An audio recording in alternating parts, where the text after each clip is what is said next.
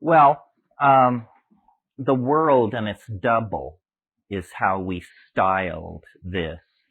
Uh, this is simply a high visibility, flashy way of reminding people whose eyes fall upon that text that the world has a double.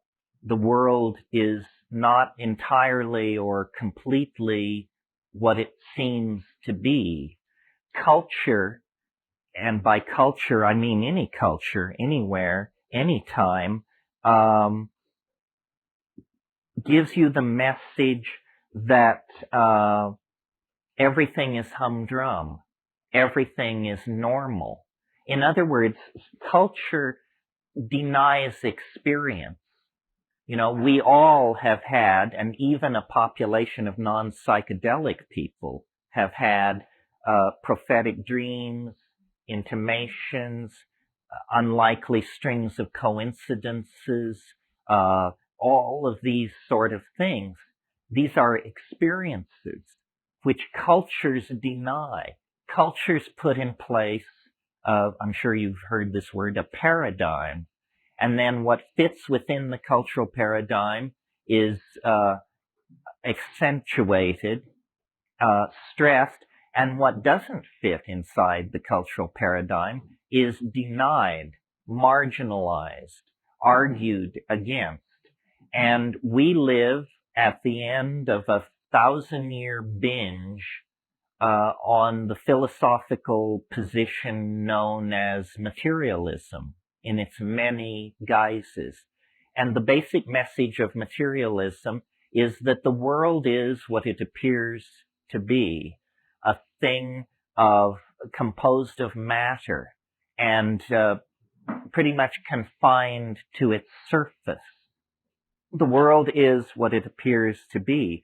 Now, this, on the face of it, is a tremendously naive position, because what it says is the animal body that you inhabit, the eyes you look through, the fingers you feel through, are somehow the ultimate instruments of metaphysical conjecture, which is highly improbable.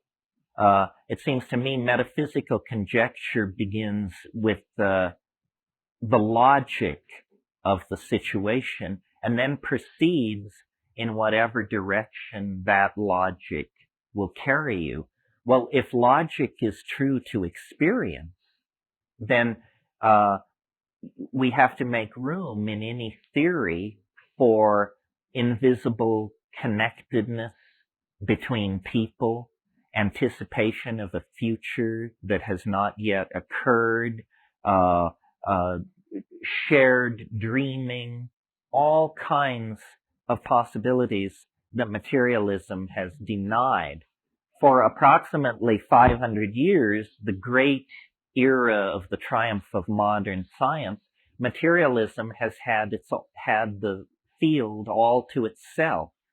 And its argument for its preeminence was the beautiful toys that it could create: aircraft, railroads, global economies, television, spacecraft.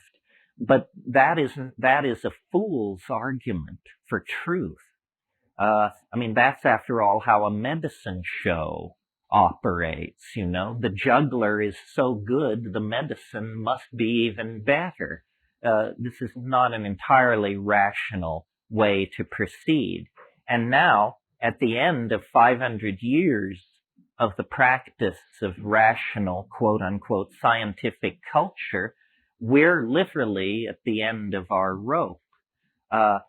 Reason and science and the practice of unbridled capitalism have not delivered us into an angelic realm. Quite the contrary, they've delivered 3% of us into an angelic realm, completely overshadowed by guilt about what's happening to the other 97% of us who are eating it. It's not a pretty picture, modern civilization. Most people in the world today are quite miserable. actually. They have very little hope. Their religions, their traditional value systems are being eroded by Dallas and Hawaii 5-0, which are on the Village television every night. Lifespans are being shortened by pesticides, chemicals, all kinds of things in the environment, and there is very little political light on the horizon. So I believe that it's reasonable, looking at this situation, to say that history failed, and that the grand dream of Western civilization has in fact failed. And now we are attempting, with basically a carved wooden oar, to turn a battleship around.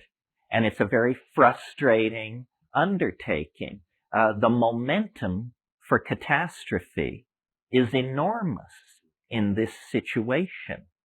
But it's not 100% certain that catastrophe is what we're headed for, because we are not 100% unconscious.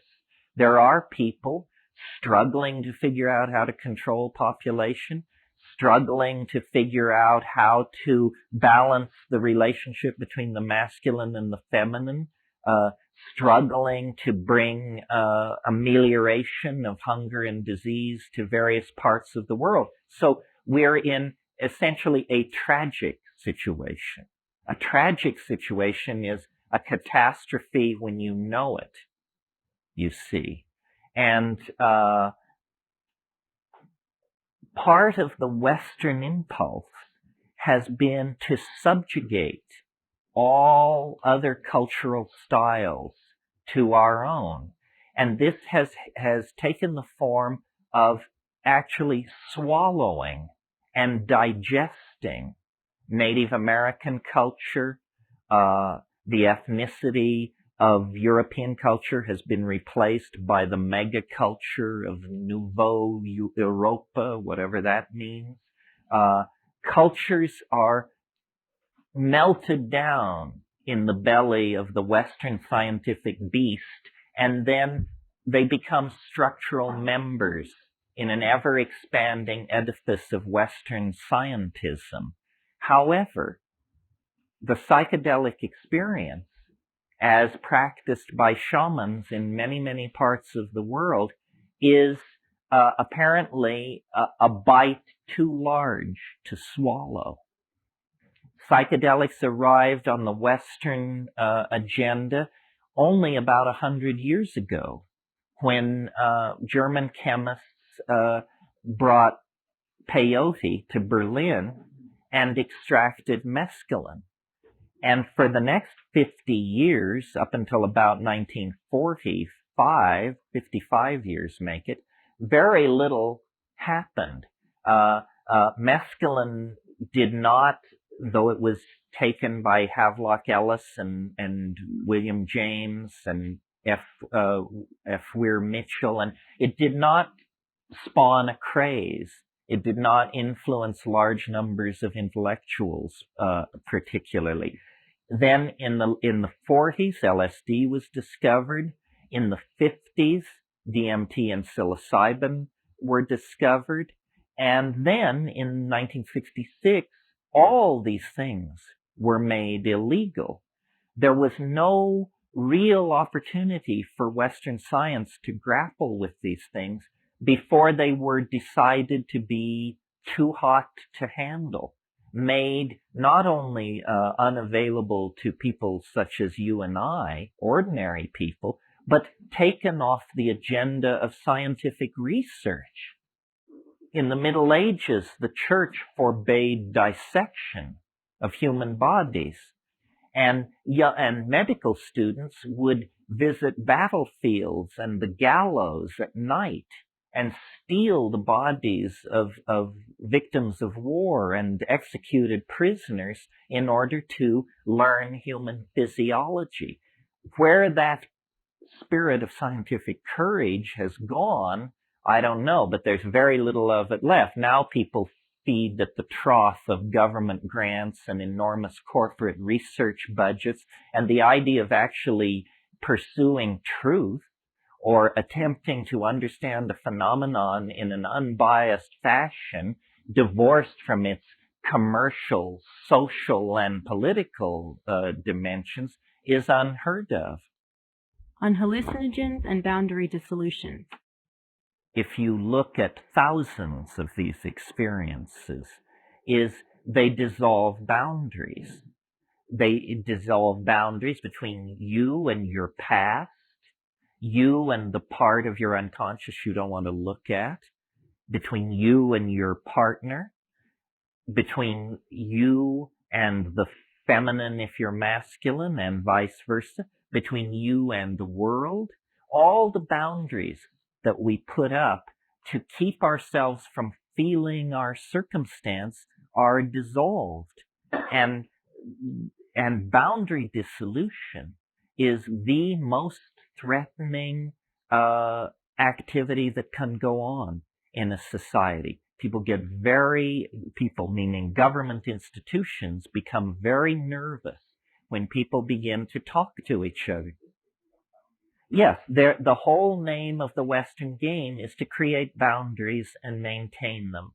The church and the state, the poor and the wealthy, the black and the white, the male and the female, the young and the old, the gay and the straight, the living and the dead, the foreign and the familiar. All of these categorical divisions allow a kind of thinking that is completely cockamamie.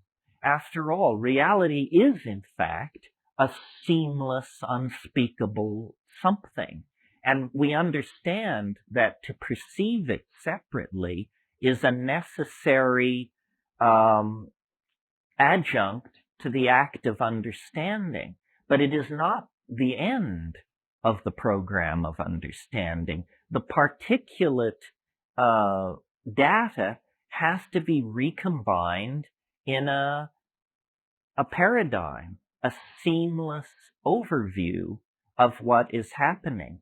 And the drugs that Western society has traditionally favored have either been drugs which maintain boundaries or drugs which promote mindless, repetitious physical activity on the assembly line, in the slave galley, on the latifundia, the slave-driven agricultural project, whatever it is, in the corporate office. This is why, every labor contract on this planet, at least in Western civilization, contains a provision that all workers shall be allowed to use drugs twice a day at designated times, but the drug shall be caffeine.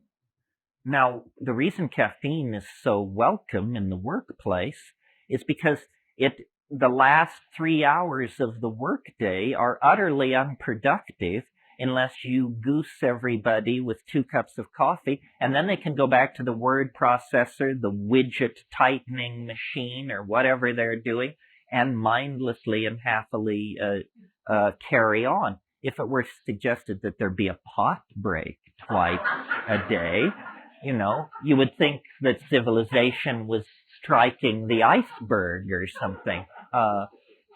And alcohol, like our society is an alcohol, red meat, sugar, and tobacco culture.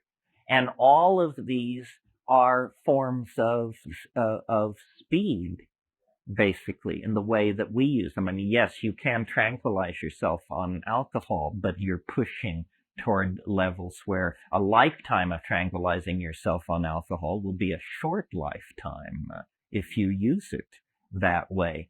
So there's a lot of tension in society between the great exploring soul and the assembly line citizen. The citizen is defined by obligation and by the boundaries that define, the next citizen, either because it's neighbor or worker or employer or something like that. And the grand exploring soul is marginalized as an eccentric, or if necessary, more seriously marginalized as mad in some way. I mean, madness basically up until the level of physical violence means you are behaving in a way which makes me feel uncomfortable. Therefore, there's something wrong with you. Yes. So, this now it's interesting, and this is one of the points that's dear to me. I mean, they arrive in different orders each time, but I think of history as a kind of mass psychedelic experience, and the drug is technology. And as technology gets more and more perfected as a mirror of the human mind, the cultural experience becomes more and more hallucinatory.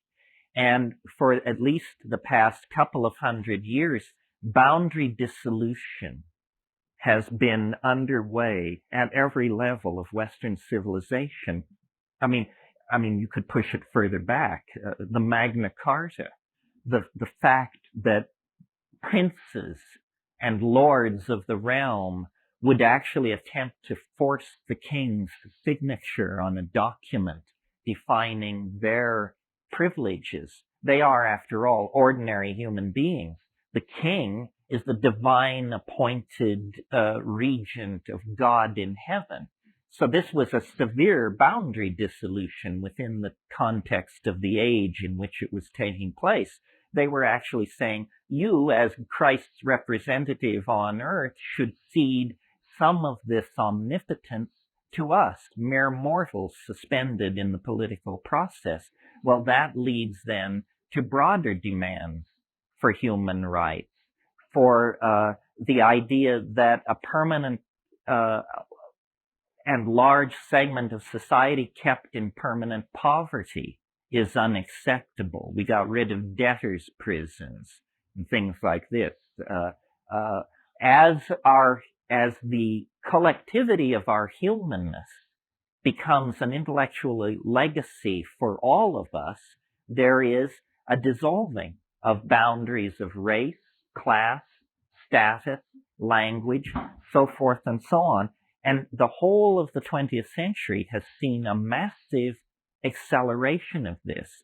The breakdown of the Soviet Union was in fact simply, it was even so described, the lifting of the Iron Curtain, meaning a membrane has suddenly disappeared.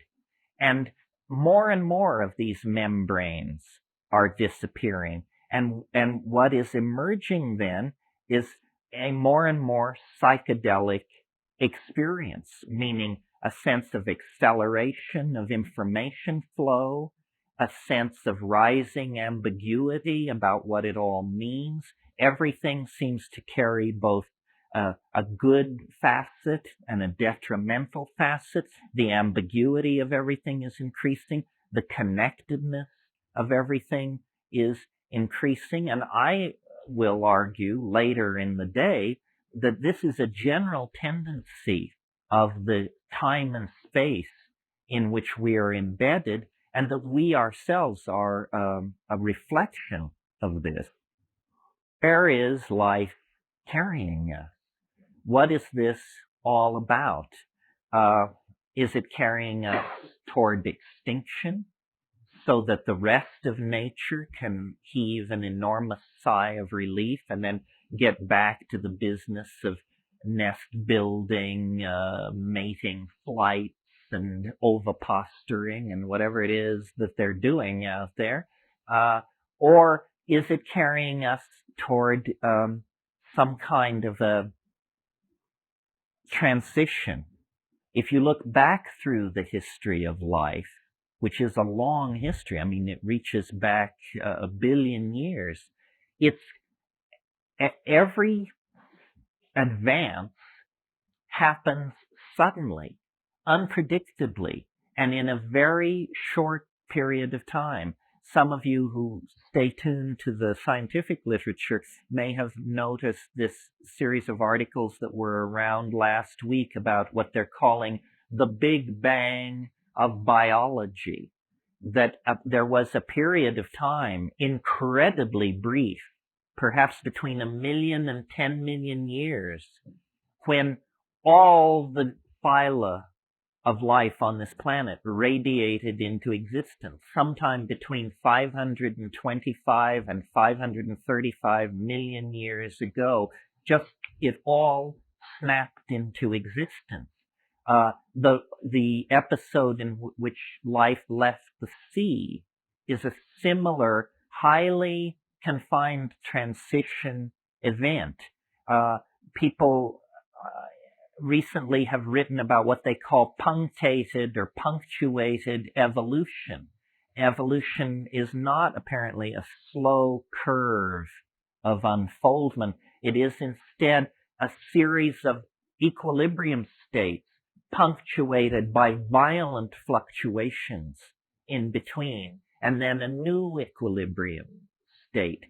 So history, I believe, is not an aberration any more than leaving the sea could be called an aberration of marine existence.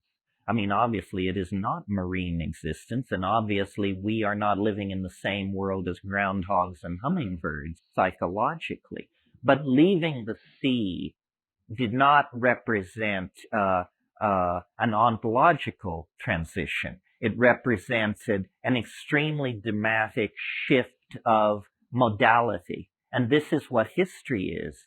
History is characterized by its brevity, for one thing.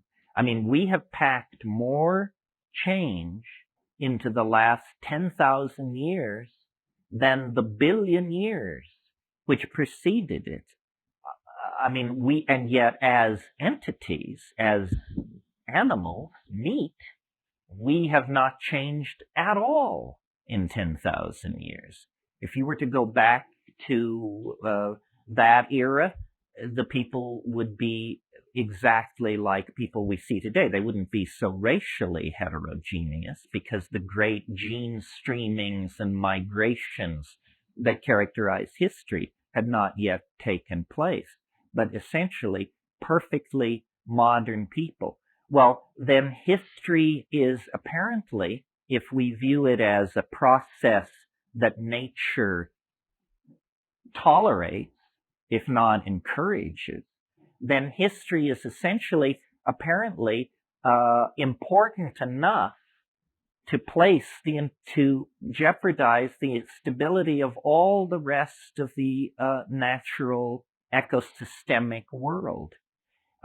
It's as though nature is saying we are willing to place the entire planetary ecology in danger for 50,000 years in order for the opportunity to be explored of language using, technologically expressing intelligence, carrying all of life to the next level.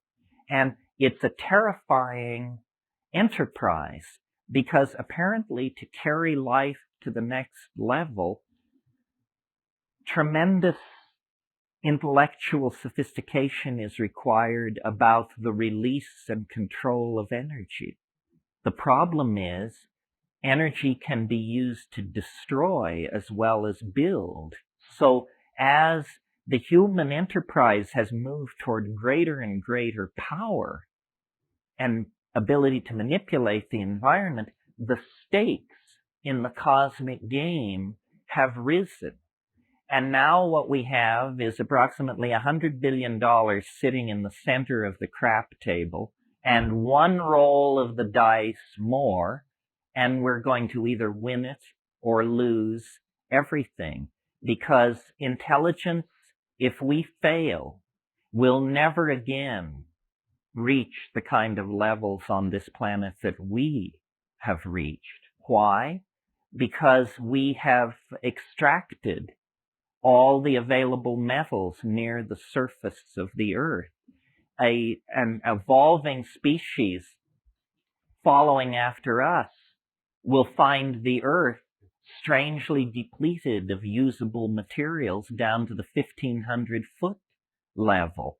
And so intelligence coming beyond us will find it just does not have the resources to make the leap to technical civilization. So it's beginning to look like a one-shot deal. And the psychedelics are in there for two reasons.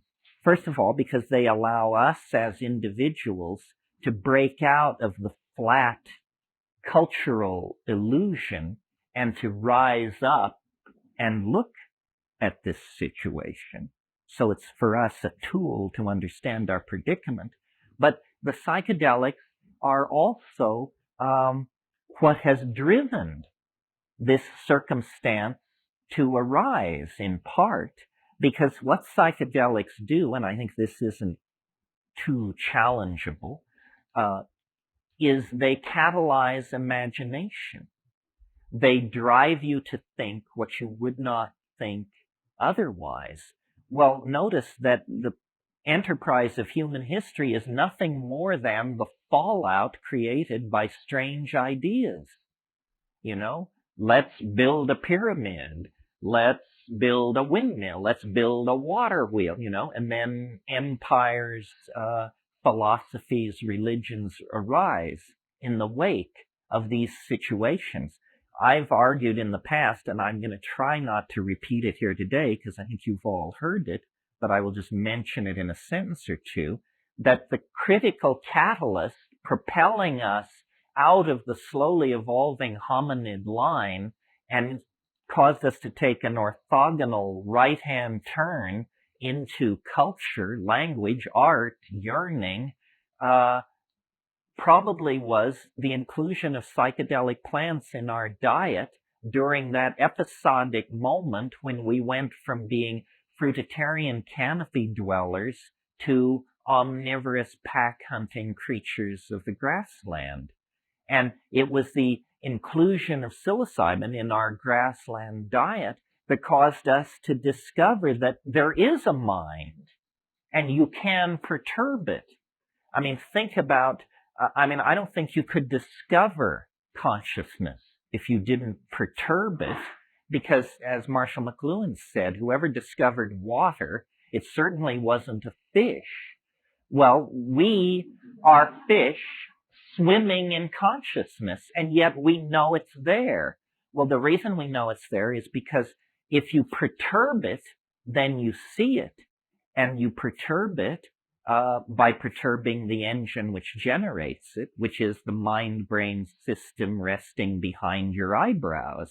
If you swap out the ordinary chemicals that are running that system in an invisible fashion, then you see it's like dropping ink into a bowl of clear water. Suddenly the convection currents operating in the clear water become visible because you see the particles of ink tracing out the previously invisible dynamics of the standing water. The mind is precisely like that, and the psychedelic is like a dye marker being dropped into this aqueous system. And then you say, oh, I see, it works like this and like this.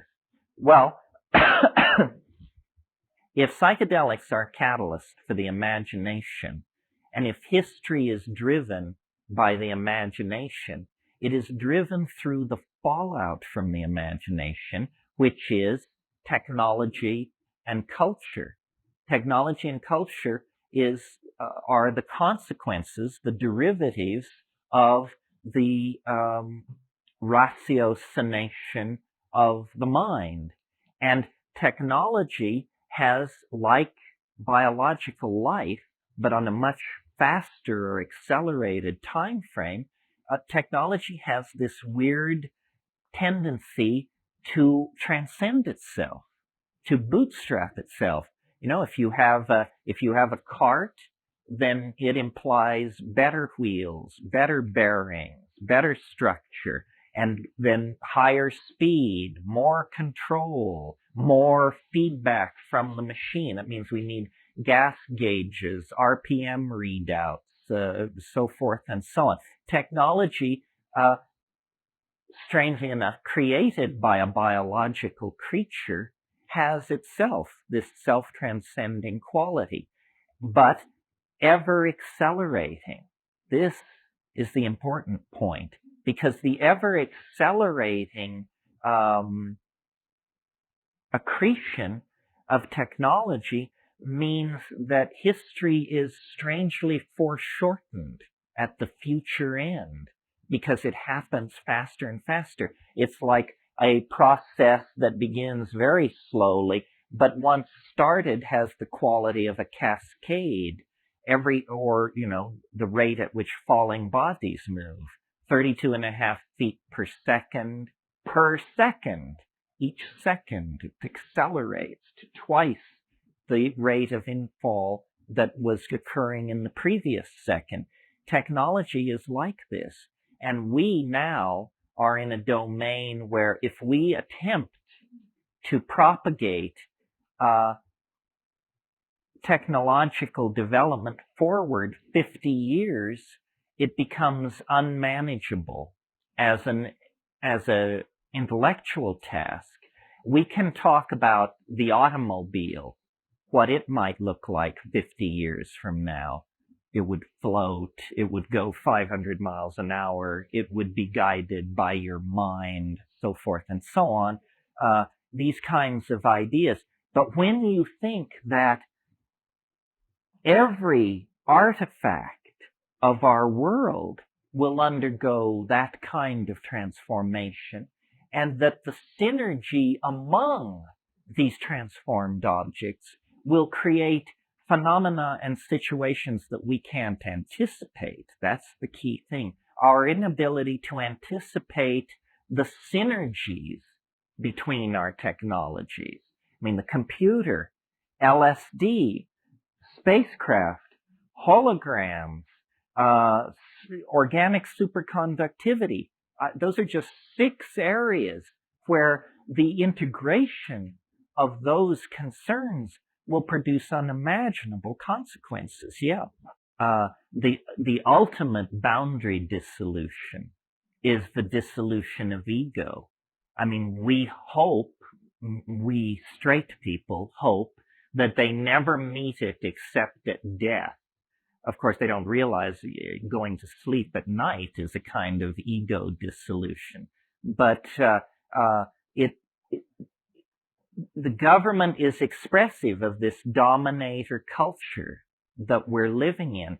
The ego is a very recent invention, and its hold on reality is very tenuous, and consequently it walks around imbued with fear. I mean, it feels itself to be a mouse in a world of dinosaurs. That's because it's a very recent development. I guess I have to go back to this scenario of human development and say, just very briefly, here's how I think this worked. I'm not going to run through the whole evolutionary scenario, but this thing about ego. All primates have what are called dominance hierarchies. That simply means that the hard-bodied, long-fanged young males kick everybody else around. They control the females, the children, homosexuals, the elderly. Everybody is taking orders from this dominance hierarchy. And this is true clear back into squirrel monkeys. It's a generalized feature of primate behavior. And it's an aspect of our behavior as we sit here. Women, the feminine is not honored. The elderly are marginalized. Homosexuals, that whole issue. Many of our social and political ills stem from this attitude. Well, but you see, I believe that when we left the trees and admitted psilocybin into our diet, that it has the effect of dissolving boundaries and making this maintenance of a dominance hierarchy very, very difficult. First of all, the key on one level to maintaining the dominance hierarchy is monogamous pair bonding. That's where it begins. If in a society taking a lot of psilocybin, monogamous pair bonding breaks down because of CNS activation and sexual arousal. So in a psilocybin using culture, there will be a tendency to orgiastic sexual behavior rather than monogamous pair bonding. What that does is it causes an incredible social cohesion, because in an orgiastic society, men cannot trace lines of male paternity. So men's attitude toward children is, these children are all ours. We, the group. It's a glue that we, in our paranoid social style, with everybody having the deed to their property and their 11-foot high fence, can hardly imagine. But psilocybin was artificially suppressing this dominator behavior style in the primate, the evolving proto-hominid, now human being. When psilocybin was taken out of the diet, the old primate program was still there. It had not been bred out. The genes were always there. It's just that for 50,000 or 100,000 years, we medicated ourselves, literally religiously. We religiously medicated ourselves every new and full moon, perhaps oftener. These orgies were happening, creating social cohesion, propagating everybody forward. The problem was, when the psilocybin was taken away, we had been under its influence for perhaps 500,000 years. We had evolved language, rudimentary abstract philosophy, a sense of religion. We had invented technology in the form of using fire and chipping flint and all that. The psilocybin goes away, and suddenly these skills, these tools, these technologies are in the hands of marauding apes, not anymore cohesive, caring human social groups, but marauding territorial apes, driven by the desire to control all weaker members of the social group. And that's our circumstance. We have, the tools that would allow us to sculpt paradise, but we have the reflexes and value systems of anthropoid apes of some sort. So the split between our conscious hopes, our best foot, and the bottom of the human scale is appalling.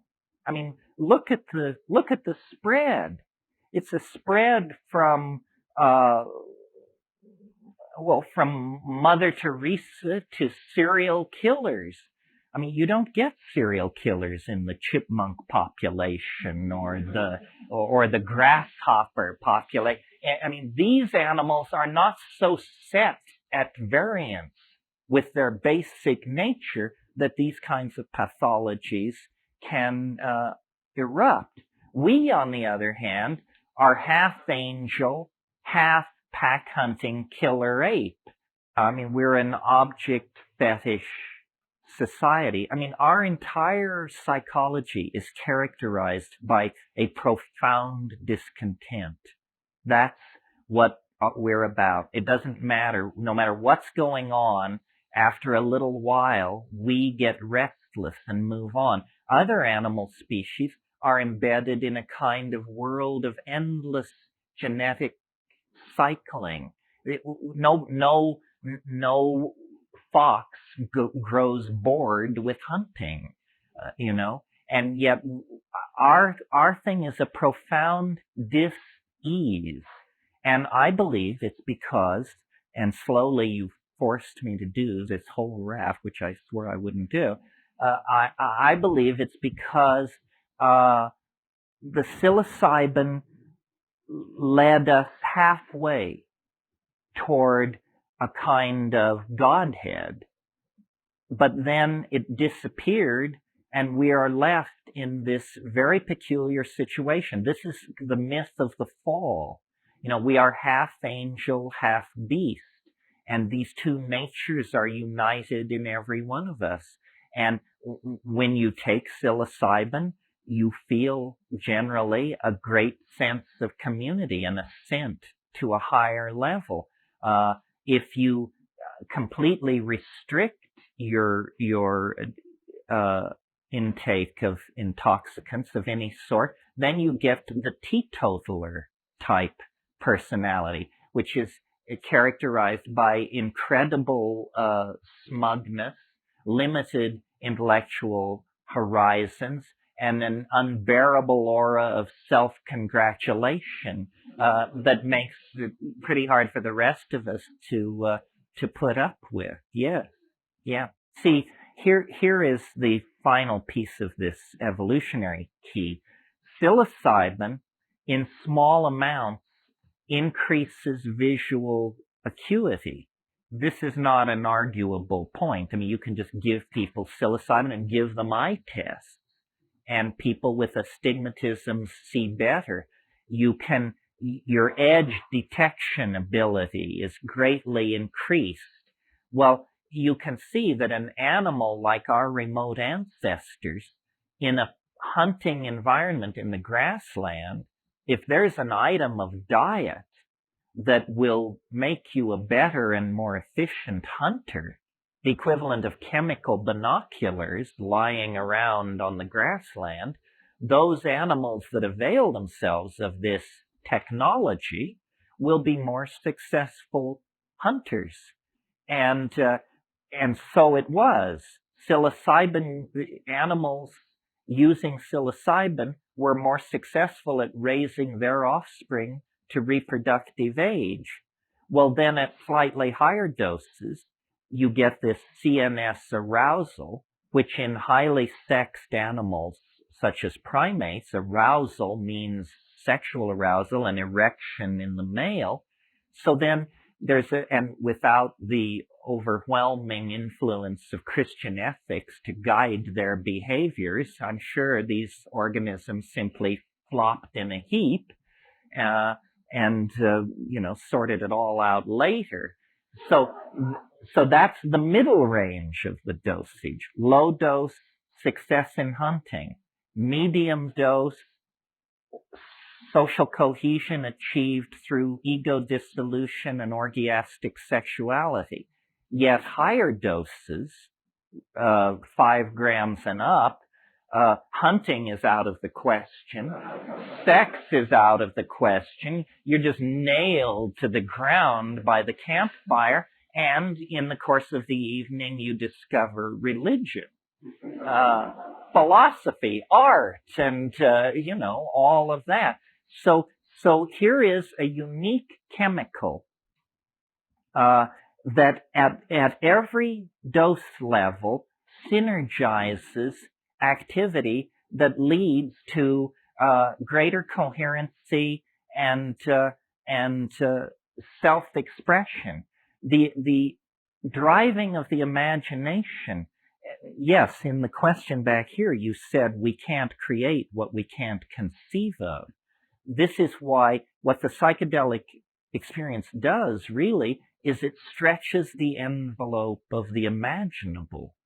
I mean, what can be imagined can be created. What cannot be imagined is not part of the play. So psilocybin really was a stimulant for the production of intellectual product in the form of songs, rituals, dances, body painting, abstract ideas. All of these things are what we are most unique. Well, that's how it seemed to me. It seemed to me culture is a shabby lie, or at least this culture is a shabby lie. I mean, if you work like a dog, you get 260 channels of bad television and a German automobile. What kind of perfection is that?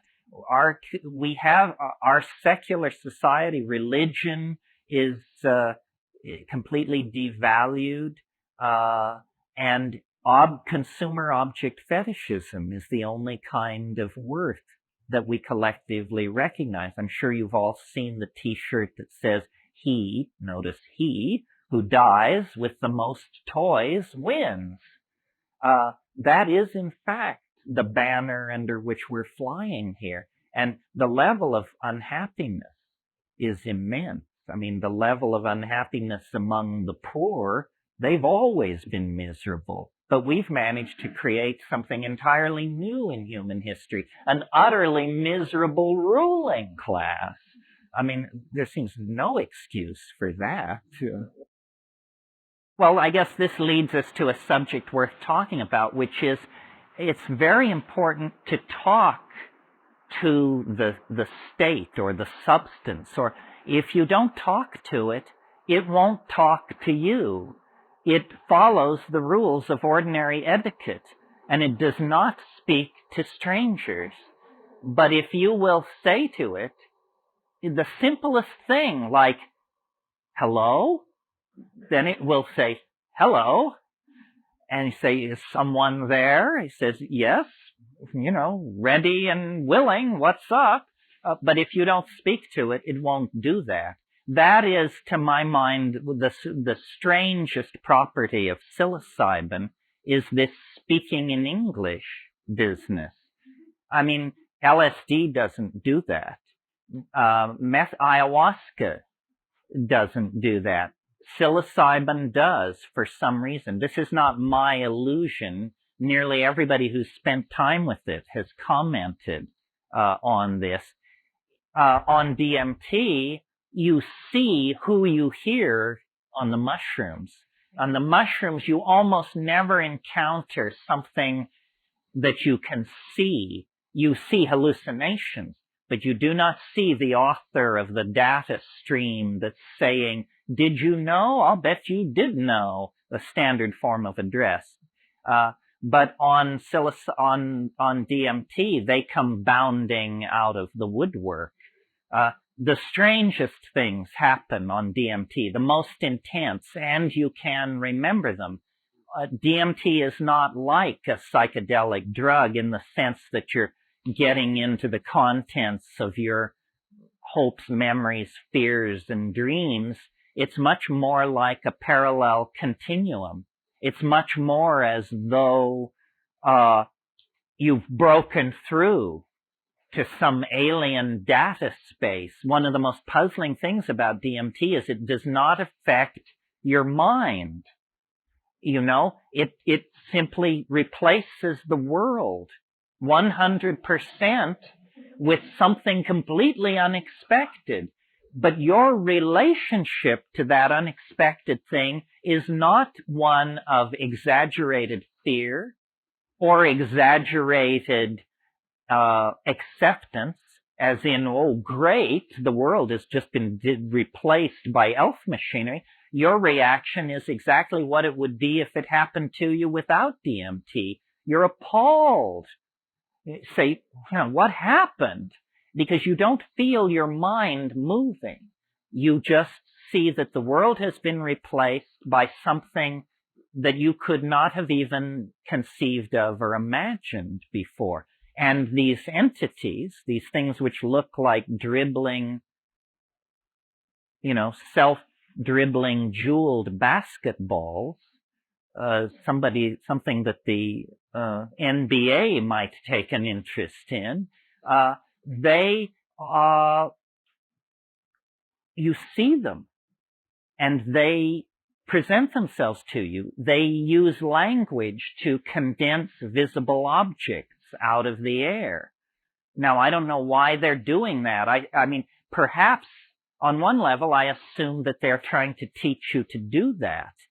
On another level, they seem to be giving a demonstration of the fact that reality is made of language.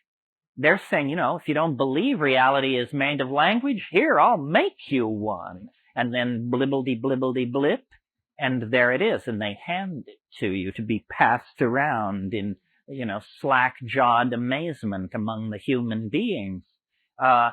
This technology that they possess of these objects made of gold and emerald and chalcedony and agate that are morphing themselves even as you look at them are, you know, technological dream come true. I mean, the lapis as elf excrescence or something like that. And why they are there, I don't know. And, you know, many, many questions. Where are they when you're not stoned? You know, do they have an autonomous existence somewhere? Or do they spring into existence a microsecond before you encounter them? Are they rooted in the dynamics of your psyche? Or are they no more rooted in the dynamics of your psyche than the World Trade Center? It's not clear. I mean, I think I mentioned at some point, just briefly, that the archetype of DMT is the circus. These things are clowns at one level. They're clowns.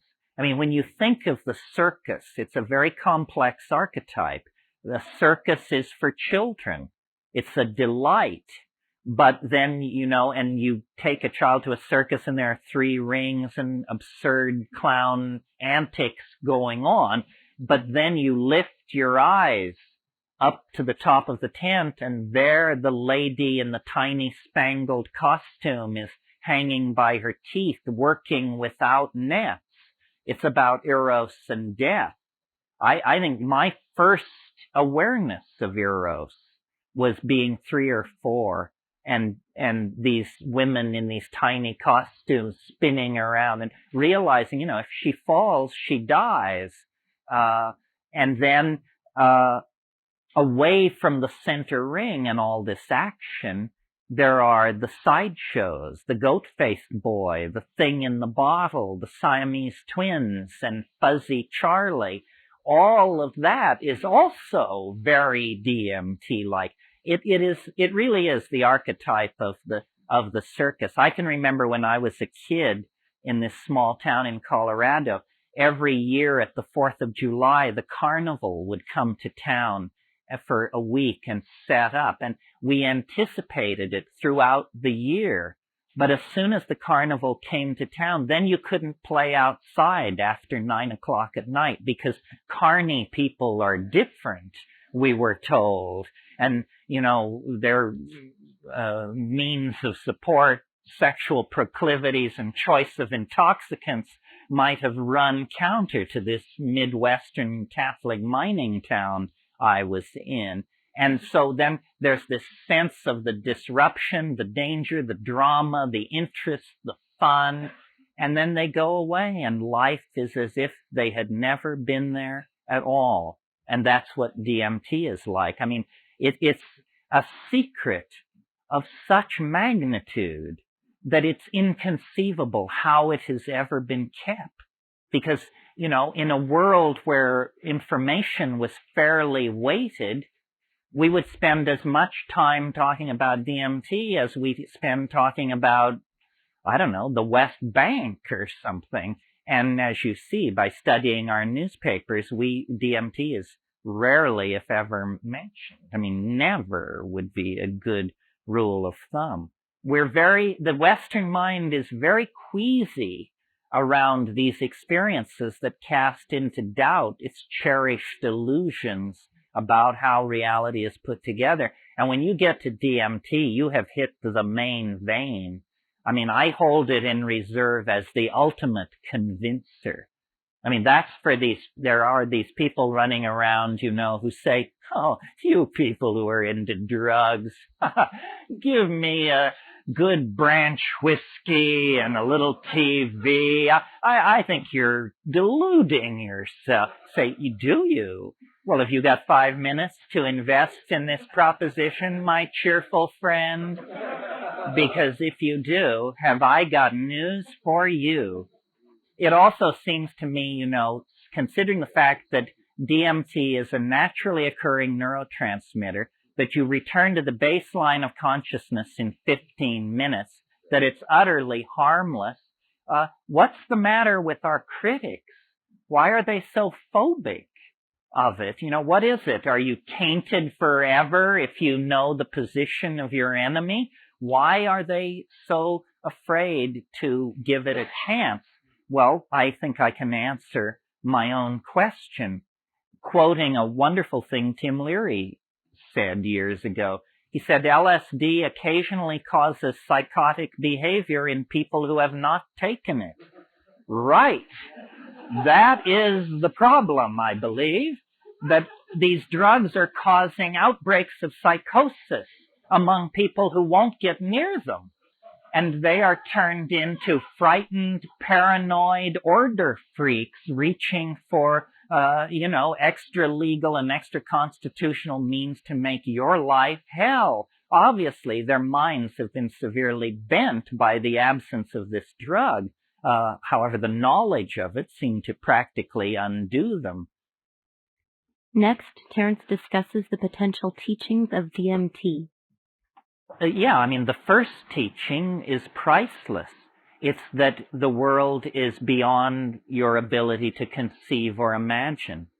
So give up any short-term plan to conceive or imagine.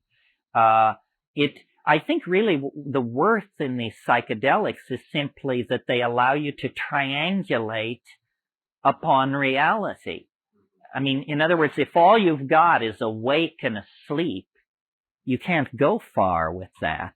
But if you've got awake, asleep, and DMT as points, you can build a much more dimensionally rich model of consciousness. I think that it has to do with your own intelligence. Truly stupid people aren't interested in psychedelics because they can't figure out what the point of it is. It feeds off intelligence. It's a consciousness expanding drug. If you don't have any consciousness, it can't expand it. And I've met people who say, yeah, well, all this stuff and big bugs talk to you and say strange stuff. You say, yeah, well, you should have paid a little attention. It's amazing to me how people don't seem to, like, the less intelligent you are, the less challenging the psychedelic experience becomes, because the less capable of entertaining the implications you are.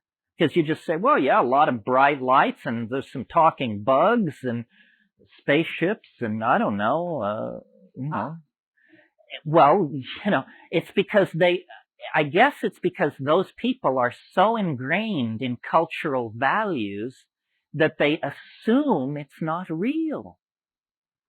They assume it's a trip. Whatever that means, it means you have permission not to take this experience seriously. It's a trip. But what I've noticed is that based on quantum mechanics' need for an observer as part of any system, that's big news for our field of study, because what it means is hallucinations are as real as anything else.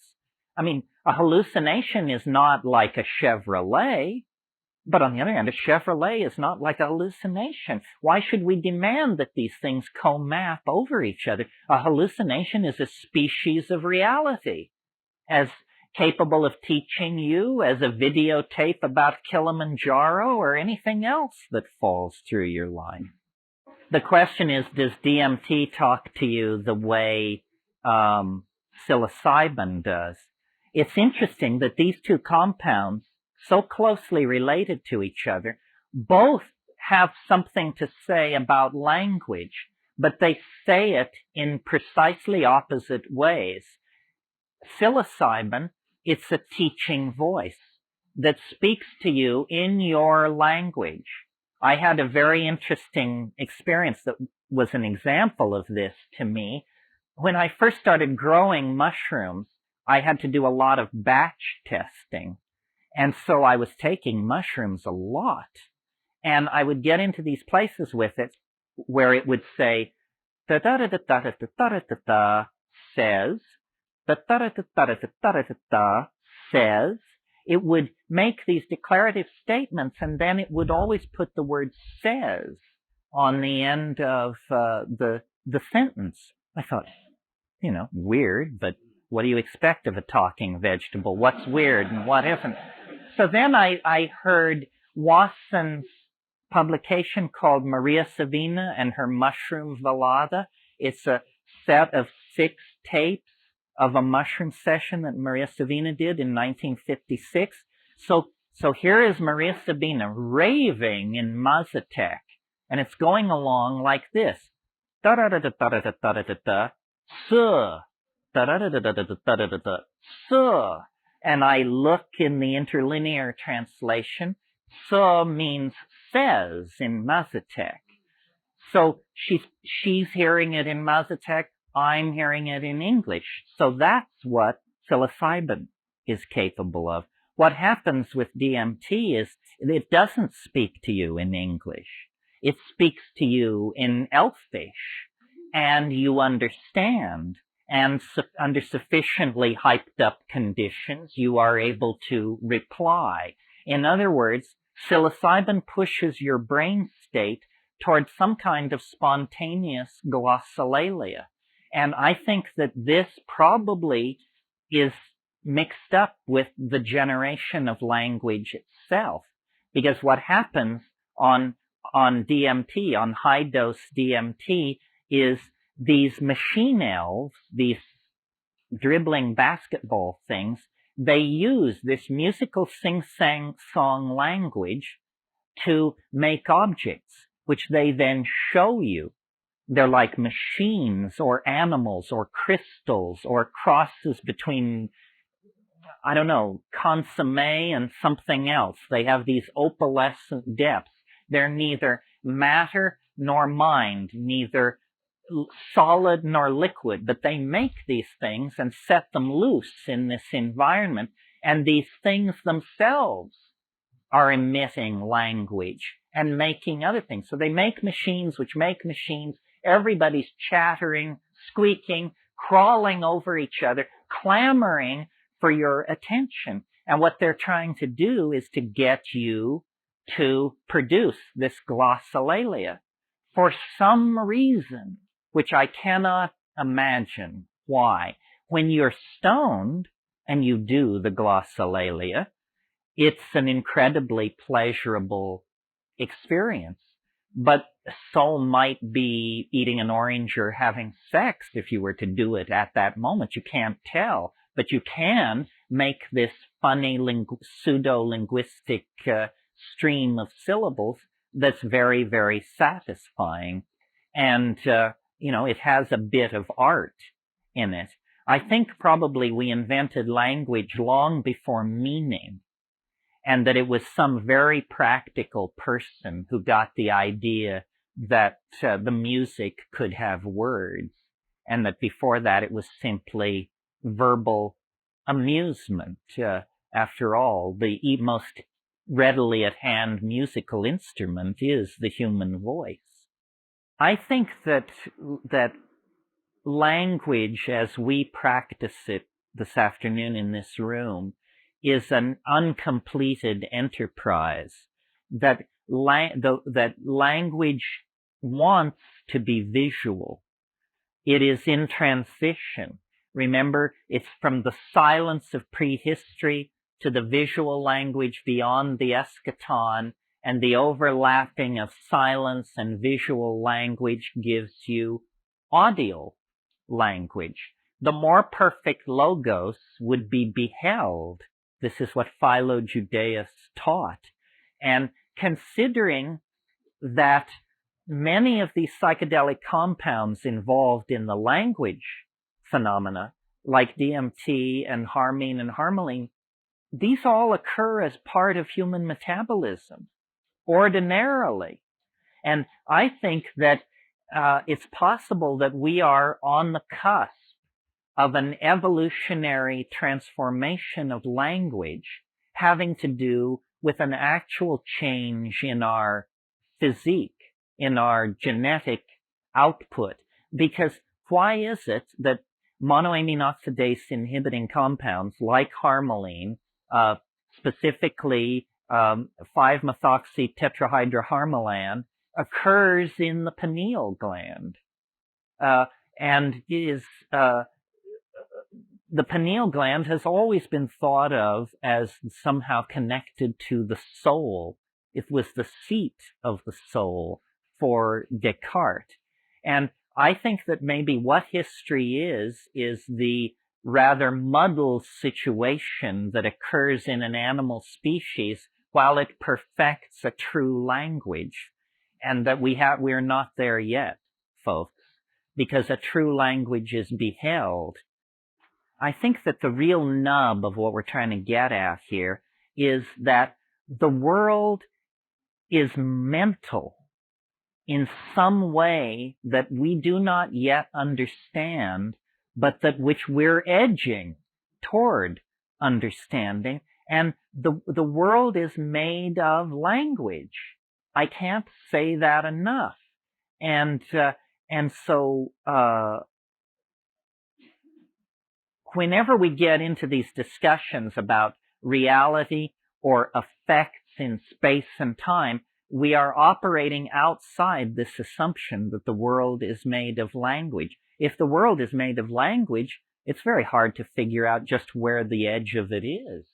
I mean, do we really need to believe in the existence of distant galaxies like NGC 245 if, in fact, the world is being produced in the human cerebellum as a phenomenon of language? What exactly is the ontological status of these distant parts of the universe that register only as the faint tracings on our instruments, then interpreted through the fishy fiat of a bunch of stacked up theories and formulas?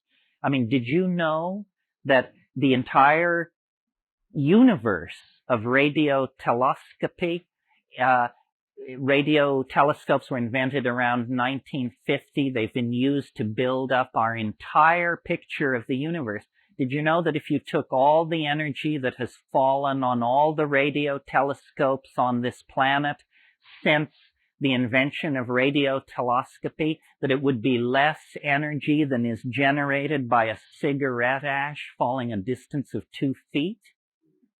So that's where your data sample is coming from, that you've built up this model of exploding galaxies and colliding quasars and mega this and mega that.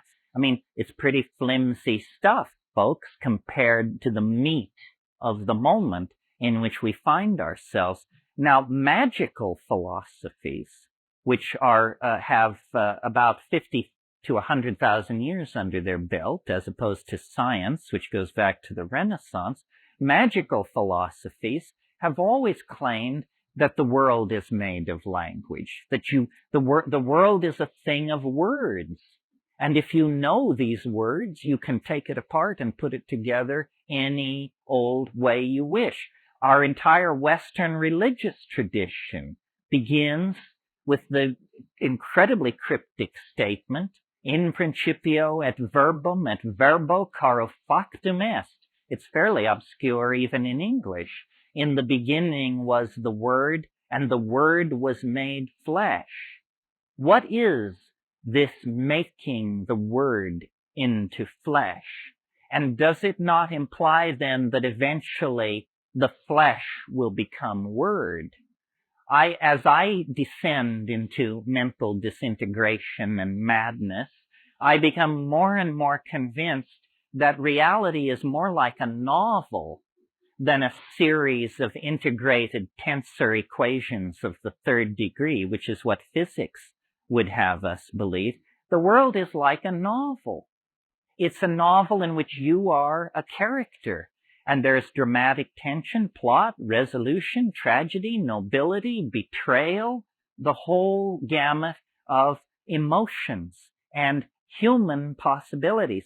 And what we tend to do is always to marginalize first our own experience and then all human experience.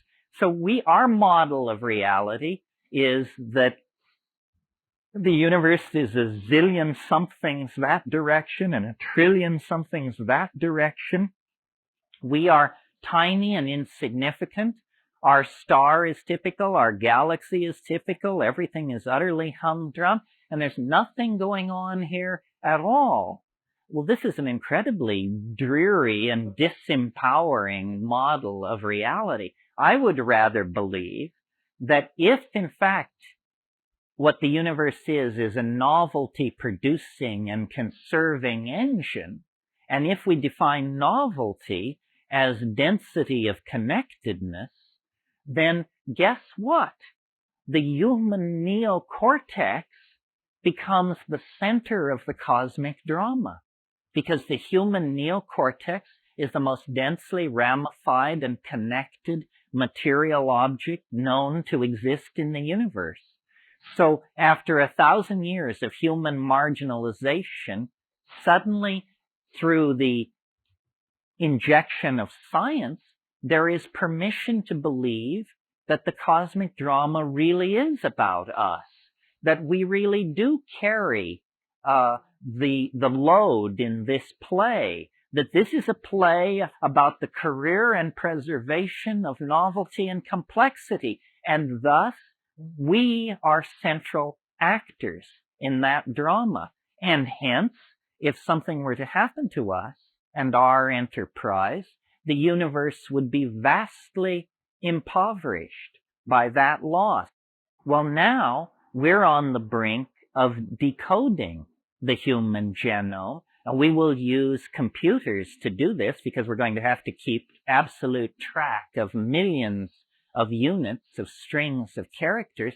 But the end result of this, I think, is that the flesh will be made word, and that we are textualizing our reality. And this may be what all these French people are screaming about that we can't understand, the so-called deconstructionists, because they keep saying reality, it should be dealt with as a text. If you don't treat it as a text, you will entirely miss the point of it. Well, I've been thinking about this for a while, and first of all, my life is very strange, because when I hit the mushroom at La Chirera in 1971, Interpol was looking for me. I had a price on my head. I had no money. I had blown my college education. I had no job skills. I had nothing. And that is, of course, as all folklorists know, the precondition for exaltation. If you're not poor and humble, I mean, what's the point, you know? So I was poor and humble, and then I got crossed up with this mushroom, and immediately life became art. Life became freakishly ordered, and plot elements began to unfold. And I have in my mind a picture of the curve of my mission, if you want to call it that. And weirdly enough, reality has not yet departed from the curve. Now the curve is getting steeper and steeper, and at some point, surely reality and the curve will depart. Otherwise, decency forbids that I carry that thought further. But you do see what I mean, I think. And all of us are beginning to take textual control of our lives and be able to write the plot. You see, if what we're embedded in is a novel or some work of art like a novel, then what you want to do is figure out who in the novel you are. I mean, if your name is Joe Blow, is the name of this novel the lives and worlds of Joe Blow? Or do you get to draw a bath for someone on page 230 and never be seen again?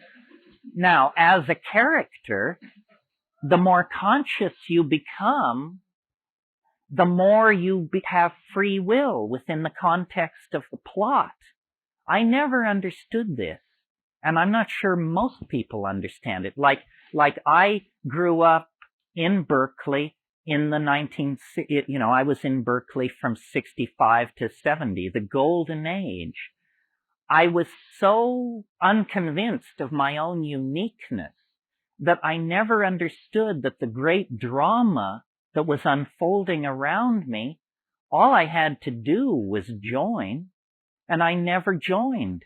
I thought it was spectator sport. I mean, I marched in the marches, I took acid, I got laid, I did all of those things. But what I mean by I didn't join is I didn't realize that the Grateful Dead were a bus ride away and that I could probably walk into that scene and make a place for myself. Or the Doors, or the Stones, or the Beatles, you pick it.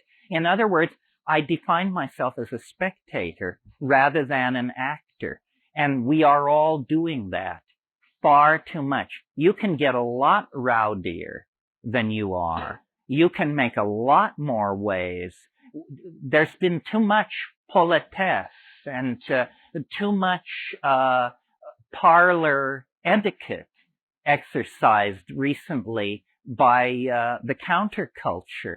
It's perfectly all right to mix things up. It's perfectly all right to try and accelerate the plot.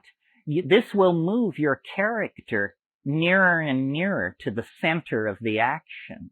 And people have asked me then, is the goal to make yourself the novel about you? Is the goal to make the novel about yourself? I don't think so. The goal is to become the author of the novel. Then you can write any damn ending you want for your character or any other. And this becoming the author is this psychedelic detachment. And suddenly you go from being a chessman on the board, to the chess master looking at the board. It's empowering. It's self-control. Now, people who don't know this are like made of denser stuff than the rest of us. You can just part them like wheat and move through them because they have no sense of the nature of the game. They are still embedded in the old Newtonian paradigm and are completely powerless to control their own lives. That's what happens to you in the Newtonian game. All the power flows to, I don't know, the White House, the UN, Madison Avenue. It's not clear, but it certainly doesn't reside with you. More and more, I think we need to decondition. That's what I mean by following the plot as written. If you never decondition, you're just a character in somebody else's story. But if you decondition, you can begin to move your life the way you want. And miracles happen. Miracles do happen. They happen even to ordinary people in the realm of falling in love, because there's something about where the genes go that is very compelling to the universal logos that's watching over us all. So, the stable boy can marry the princess if his heart is pure and the winds of the logos are at his back. That's why we love those fairy tales of the stable boy who inherits the kingdom, because we sense that as our story. The question is, how can you bring back the psychedelic experience? Or what can you bring? I know of two techniques, neither very satisfying, both in combination moderately effective, but crude. The first is a voice-operated tape recorder. They sell these for a couple of $100. I've produced some amazing tapes with these. I have one voice-activated tape where you hear me clear my throat 200 times in the course of an evening. Because each time I would clear my throat, halfway through the throat clearing, it's voice activated, the tape recorder, so it would catch the last half of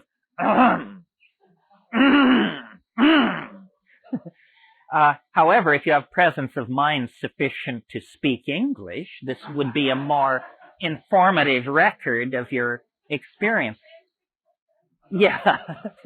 And then the other technique, which is less technically dependent, is if you have an insight at a certain level of the experience, you have to repeat it to yourself at another level of the experience, and then another level. And by this incremental bucketing method, you can carry almost any insight out into the realm of the world. These insights often don't stand up to scrutiny. I had a really interesting experience just a week ago. I'm sure you've all had most of this experience, but I finally had it all. It's the experience of having a dream, a very, very complicated dream, the subject of which is the universal secret, which if told would transform everything. It's the I've got it phenomenon. And usually what happens is you wake up and it's gone just before you get consciousness to get, and you say, my God, I understood everything. I had it down to a single statement. If I could articulate it, the world would never be the same. Well, this happened to me about a week ago, but by some miracle, I actually was able to hang on to the statement into consciousness. And I woke up and yelled this thing. My son was appalled. I mean, it was 6:30 in the morning, and I was able to get it out. I hope you're ready. I sat straight up in bed and said, a song is a song. Oh, profound stuff. I mean, maybe it is profound stuff. The profound stuff usually has that an X is an X construct, because essentially what it's telling you is silence would have been an acceptable substitute for this statement. Well, let me say one more thing here, just sort of to wind this up. The metaphor that makes sense for what we're going through, because it gets the biology of it, it gets the drama of it, it gets the risk of it, it gets the fun and the joy of it, is the metaphor of birth. We are about to decamp from three-dimensional space and time. Yes, the earth is the cradle of mankind, but you can't live in the cradle forever. And we're not in this cradle alone. We are squashing and trampling on hundreds of other species that have as much right to be here as we are. So through technology, which means pharmacology, art, and the engineering sciences, we are trying to find a doorway into a new world for the spirit. And it is going to come out of human-machine interfacing, pharmacological redesign of the human brain-mind system, down possibly digitalizing and downloading into the microphysical realm. We don't know. I mean, if it makes your hair stand on end to think of being downloaded into the digital realm, there was once a fish who had a great deal of doubts about this plan to conquer the land and tried to urge everyone to think again that no good could possibly come of it. But in fact, the forward thrust of evolution is toward higher dimensions, greater complexity, more information, greater connectedness, and a deeper and deeper sense of the all-pervasiveness of love and meaning. That's what it's really about. All these disparate physical elements come to nothing if they don't add up to more than the sum of their parts. And the more than the sum of their parts is this transcendental element which we call love. That is the part of the eschaton that has never left us, that accompanied us across the African grassland and into history. I mean, granted, bloodied and battered by the experiences of sexism and racism and so forth, but never lost as an ideal, never lost as a guiding light and an experience. And I really think that when we dissolve all the boundaries, this is what we will discover, is an unconditional caring, an unconditional affection that flows through all life and all matter and gives it meaning. And you don't have to wait for the end of the world to get this news. You can just short circuit the collective march toward that realization by accelerating your own microcosm of spirituality through the use of these hallucinogens. They are the doorways that the Gaian mind has installed in the historical process to let anybody out anytime they want to, provided they have the courage to turn the knob and walk through the door. Thank you very, very much. Thanks.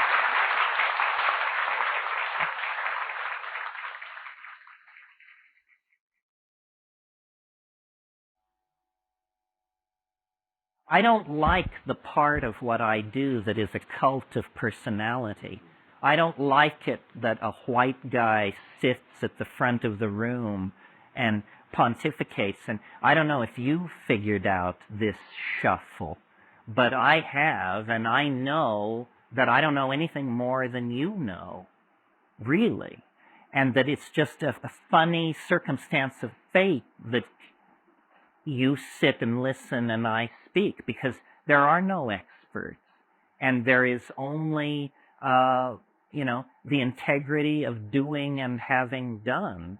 And really, if you get the message, you will be able to transcend the need for any more of this, because it's really a message of self-trust and self-empowerment. And then what I'm also trying to create is a community of shared associations about these weird states, so that we don't have to all privately think we're losing our marbles. Let those who talk to the elves find each other and band together. I am not I am basically a scientist without portfolio, because no academic institution would ever trust me with a portfolio. But I move in the domain of the gurus, the channelers, the pontificators, and those with secret revealed knowledge from Atlantis and Lemuria. But I have contempt for all of that, whether it's true or not, because they got there the wrong way. You have to come through the rules of evidence and reason. Reason is not science. Don't confuse them. I'm very much a critic of science and the scientific method, but I don't think reason can be tossed out with that bathwater. What is being proposed here is that we're on the brink of the discovery of another world, a world as potentially transforming of our world as the discovery of the Western Hemisphere transformed European civilization in the 1500s. But the world that we're about to discover is inside the mind. It's mental real estate. We who have made consciousness our game by building cities, elaborating literatures, tossing up religions, and setting armies marching, we who have made consciousness our game have barely scratched the surface of human consciousness. And it's not like we haven't had a crack at it. I mean, these yogins have been over there digging away for millennia. Egyptian religion, Kabbalism, alchemy, Western traditions of mysticism. And I am a connoisseur of all that, don't get me wrong, but what astonishes me is how embryonic it all is. We are not the tired inheritors of an ancient and sophisticated civilization in its twilight, which is what they're all telling us. We are the know-nothing, fresh scrub babes who are the new kids on the block who haven't got a clue as to what the human enterprise could really be about. And we are coming now through a very narrow historical neck where the accumulated stupidity of the last 5,000 years, the dues now have to be paid. It ain't fair. We didn't do it. We didn't bring the slaves from Africa. We didn't invent oligarchy. We didn't do all these things. Nobody's interested in our whining about how we didn't do it. It's in your face. And it's clearly a crisis of two things, of consciousness and of conditioning. These are the two things that the psychedelics attack. We have the technological power, the engineering skills to save our planet, to cure disease, to feed the hungry, to end war, but we lack the intellectual vision, the ability to change our minds. We must decondition ourselves from 10,000 years of bad behavior. And it's not easy. I mean, imagine, I don't know how many of you have ever confronted the fact that you were addicted to something.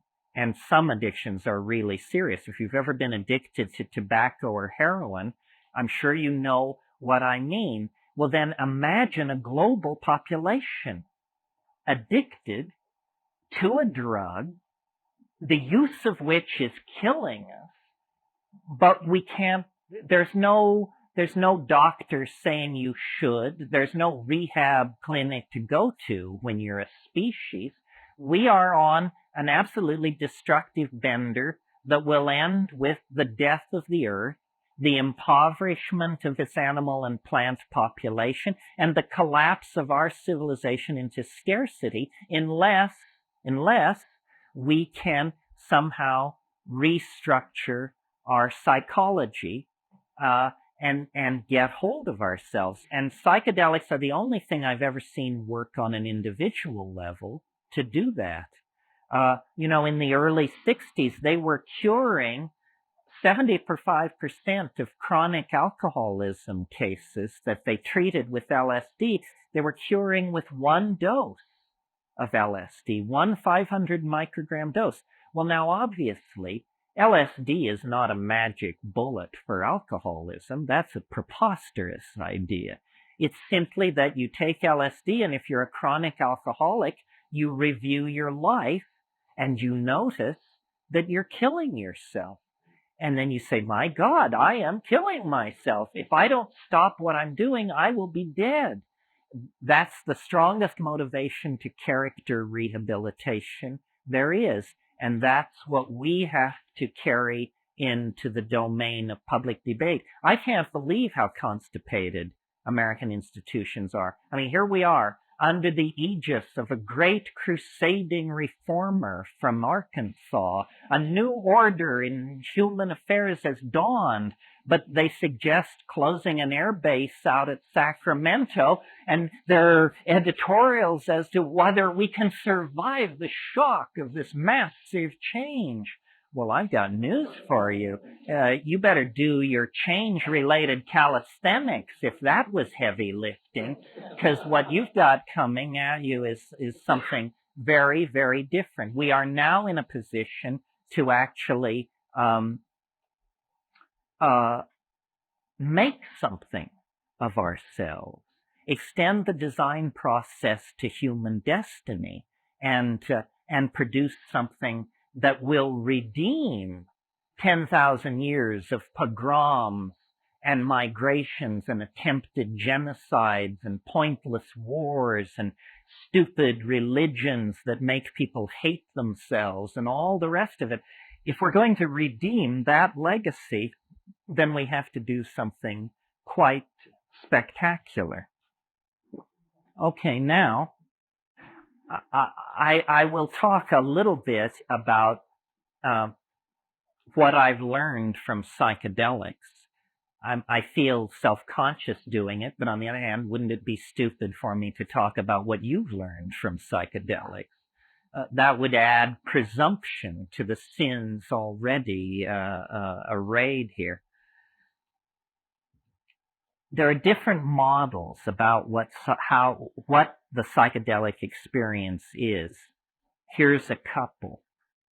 Building on Western psychotherapy as elaborated by Freud and Jung, one view of what psychedelics are is it's the part of your mind that you'd rather not do business with.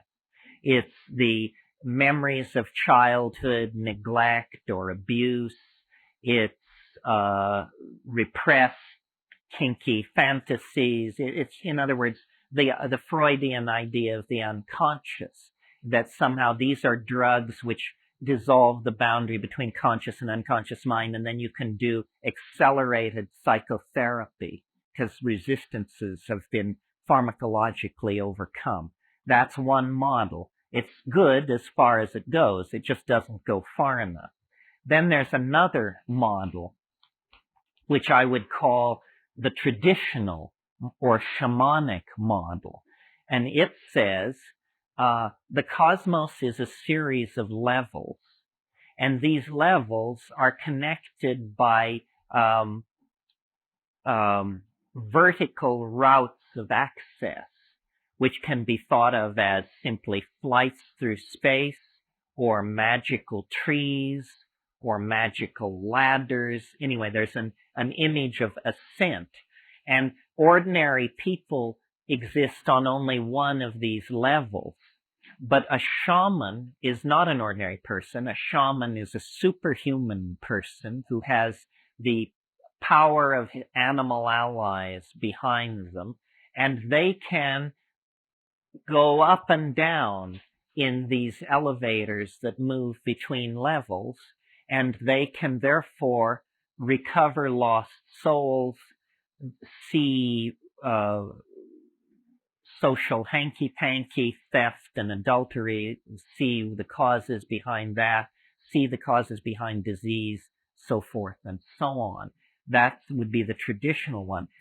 What I have concluded after 25 years of fiddling with this is that both of those ideas have a certain something to recommend them, but that they don't go far enough, and that we get more to the meat of this if we leave off psychological, the first explanation, or sociological, the second explanation, and actually go for something a little more formal, to wit, a mathematical model of what shamanism is. And what I mean by that is, let's think about what shamans do. They cure disease, and another way of putting that is they have a remarkable facility for choosing patients who will recover. They predict weather, they're very important.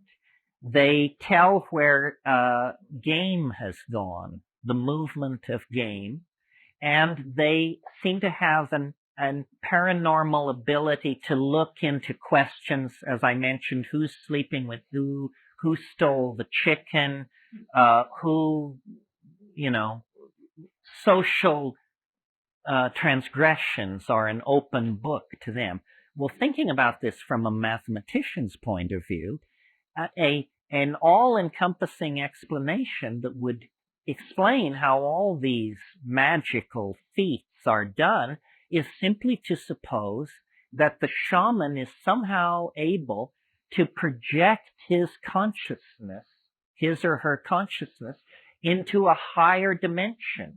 Not metaphorically, as in Sylvester Stallone has many dimensions, not metaphorically, but literally, as in 1 dimension, 2 dimensions, 3 dimensions, and 4. Because if you could move into the 4th dimension, the dimension orthogonal to Newtonian space-time, seeing what the weather is going to be next week is as easy as seeing what the weather is now. Seeing where the game went is as easy as seeing where the game are. Knowing who stole the chicken is simply defined by looking to see who stole the chicken. And I have noticed that all of biology, not simply shamanism within the context of human society, but all of biology is, in a sense, a conquest of dimensionality. That as we ascend the phylogeny of organic life, what animals are a strategy for conquering space-time. And complex animals do it better than simpler animals. And we do it better than any complex animal. And we 20th century people do it better than any people in any previous century, because we can bind data in so many ways that they couldn't, electronically, on film, on tape, so forth and so on. So the progress of organic life is deeper and deeper into dimensional conquest. Well, from that point of view, then, the shaman begin to look like the advance guard of a new kind of human being. A human being that is as advanced over where we are as we are advanced over people 1 million years ago. Because we have, very elaborate strategies for coding the past. It's a dimensional conquest. So that's part of what I've learned about psychedelics. And I could have left it there, but I never do. I always want to bring more in under the umbrella of whatever metaphor it is that's being pushed.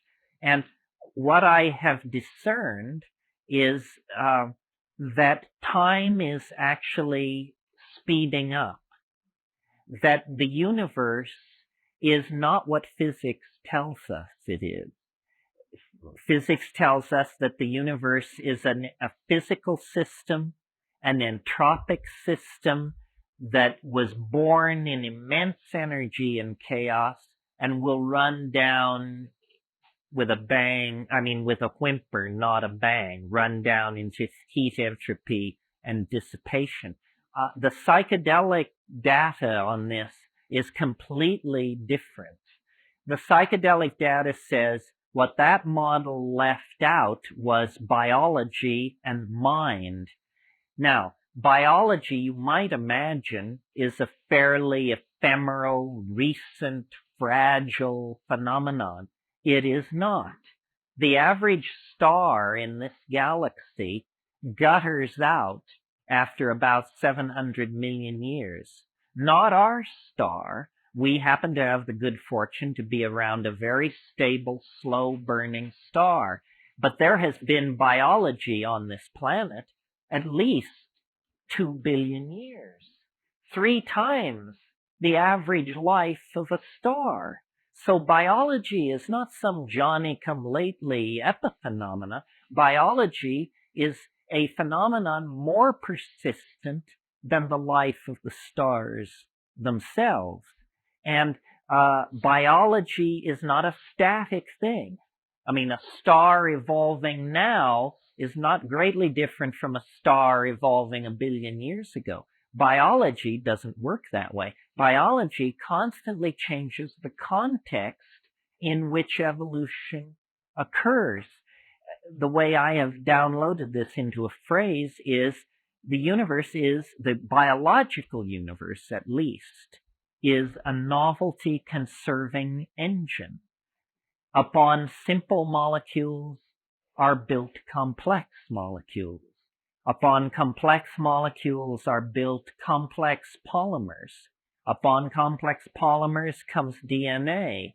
Out of DNA comes the whole machinery of the cell. Out of cells comes simple aggregate colony animals like Hydra and that sort of thing. Out of that, true animals. Out of that, ever more complex animals, organs of locomotion, organs of sight, organs of smell, complex mental machinery for the coordinating of data in time and space. This is the whole story of the advancement of life.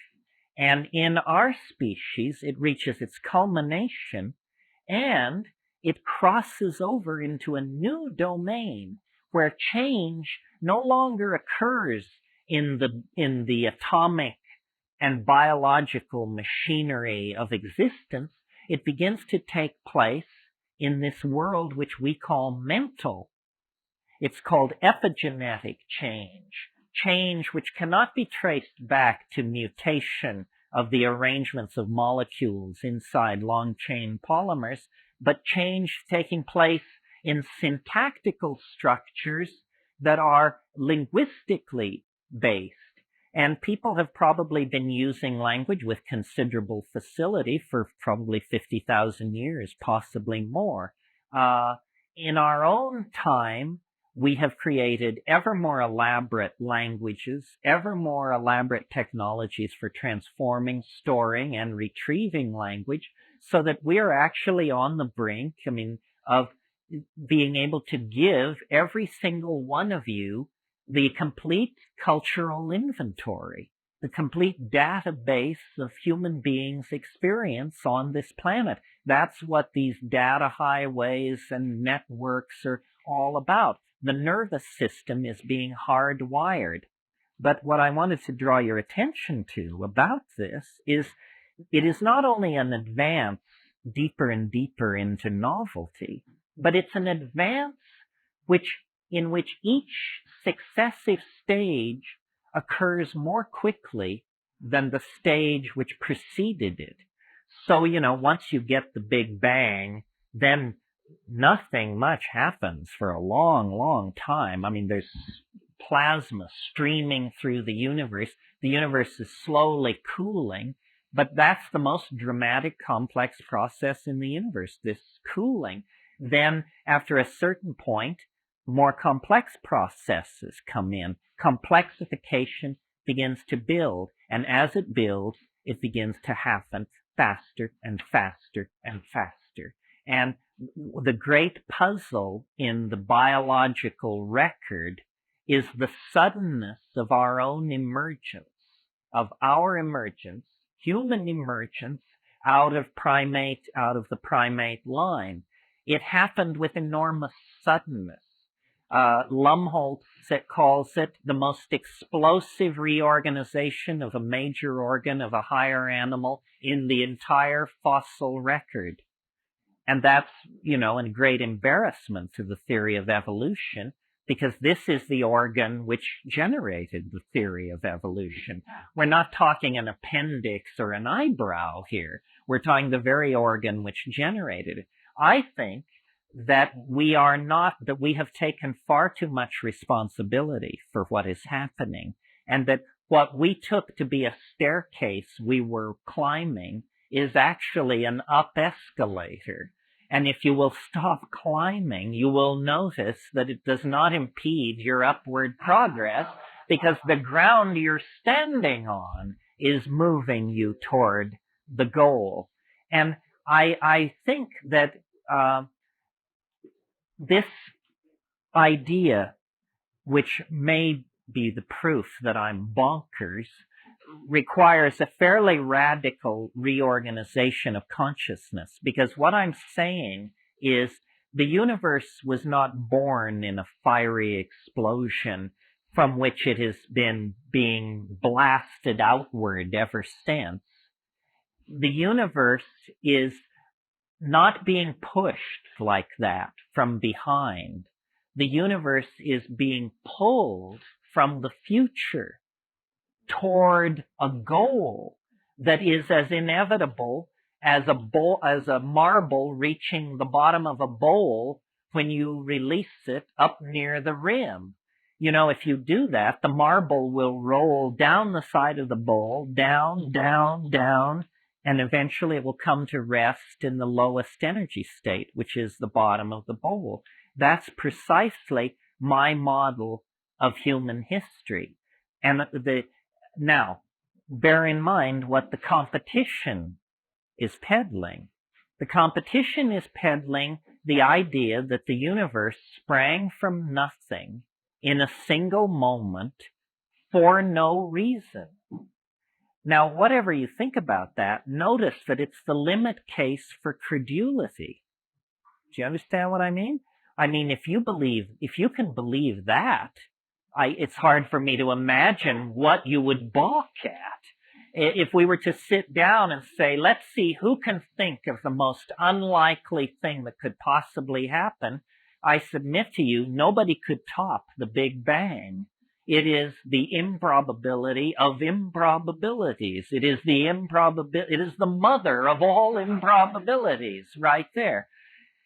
So I'm suggesting something different. I'm suggesting that the universe is pulled toward a complex attractor that exists ahead of us in time, and that our ever accelerating speed through the phenomenal world of connectivity and novelty is based on the fact that we are now very, very close to the attractor. All Western religions have insisted that God would come tangential to history, but they all lose their nerve when you ask when, which is the only interesting question about that hypothesis. I mean, if it's not now, then what the hell difference does it make? It's just pissing in the wind as far as I can see. I think that the very real social crisis that is upon us, the crisis of population, of resource depletion, of atmospheric degradation, of epidemic disease, all these crises indicate that we are now down to the short epochs of this process of universal ingression into novelty, and that in fact it makes no sense whatsoever to speak of a human future. There is no human future. It's inconceivable, given where we are today, that to speak of the human world 1,000 years from now, or 500 years from now. It is literally, it either doesn't exist, or it's beyond our power of imagining. It isn't simply going to be non-polluting cars and smaller hi-fi speakers. I mean, that's an idiot's notion.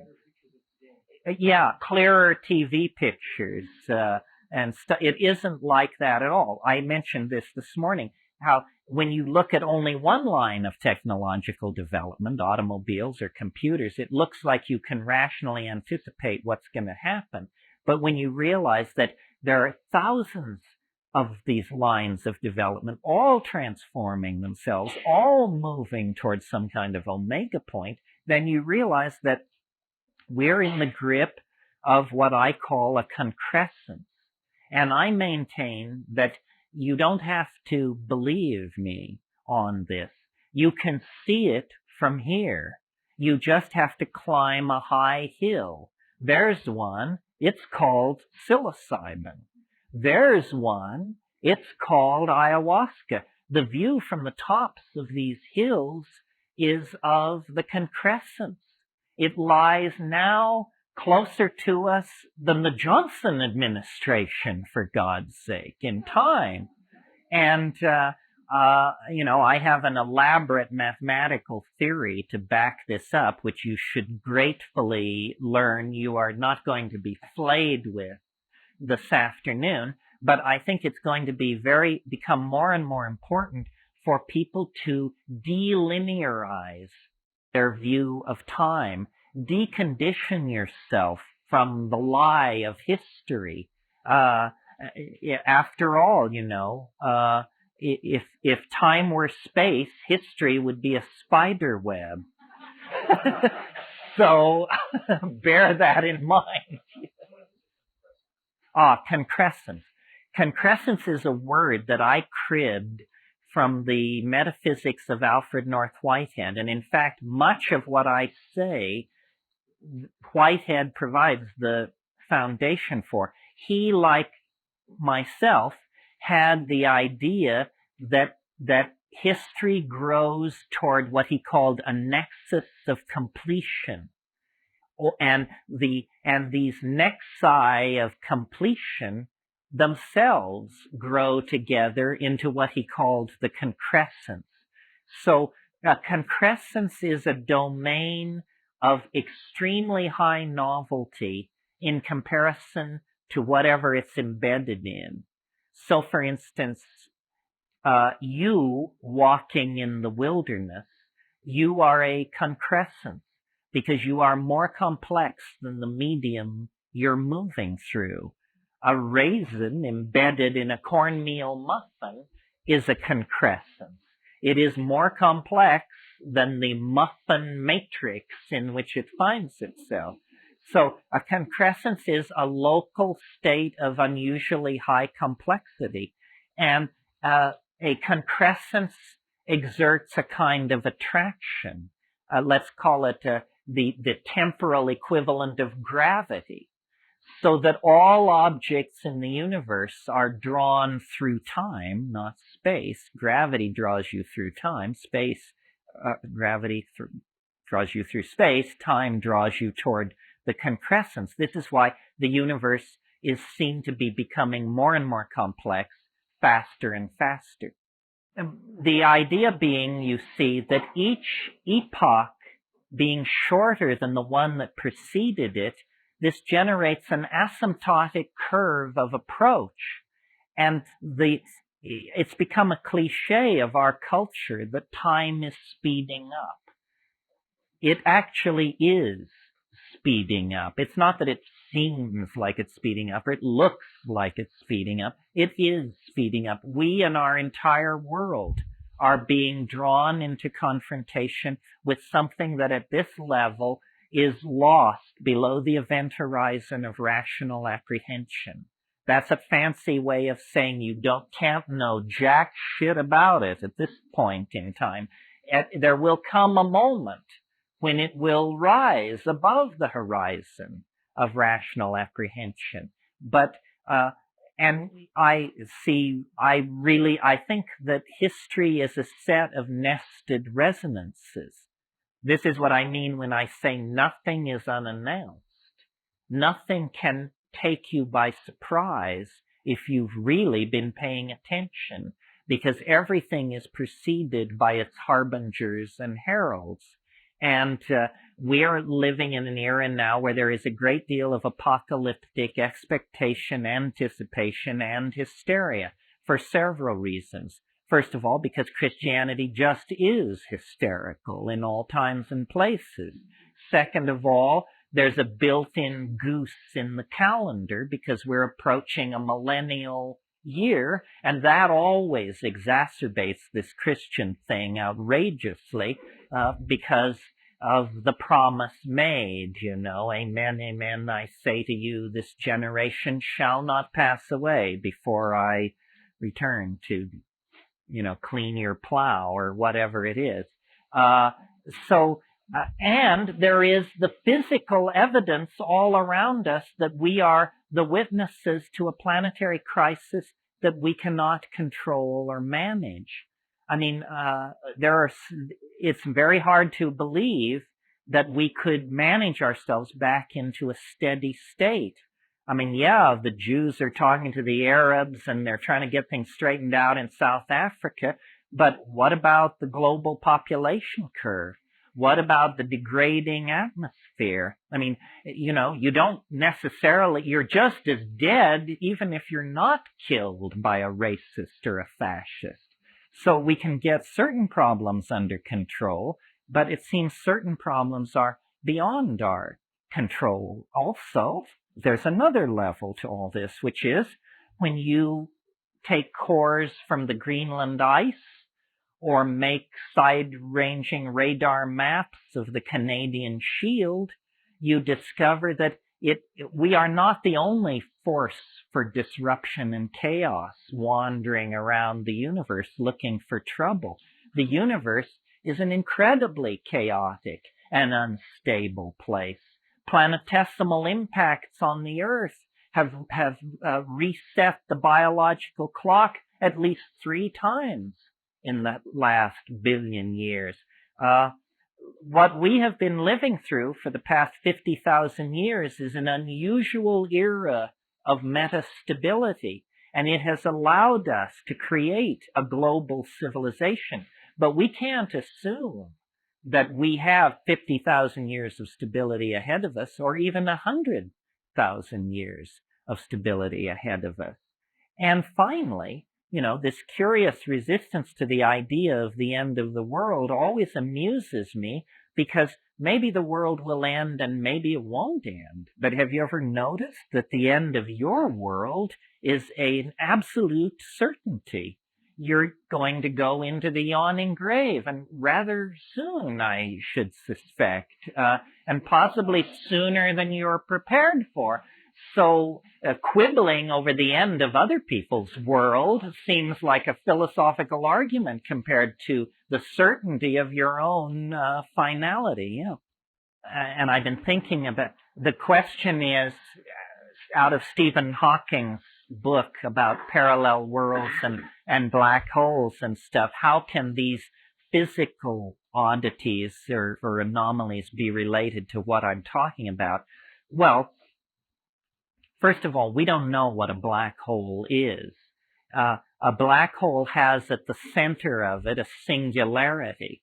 The definition of singularity is you don't know what it is. This is a fishy way of making theories, by the way. Stephen Hawking is a prime example. At one point in his career, he was very keen for what were called mini black holes.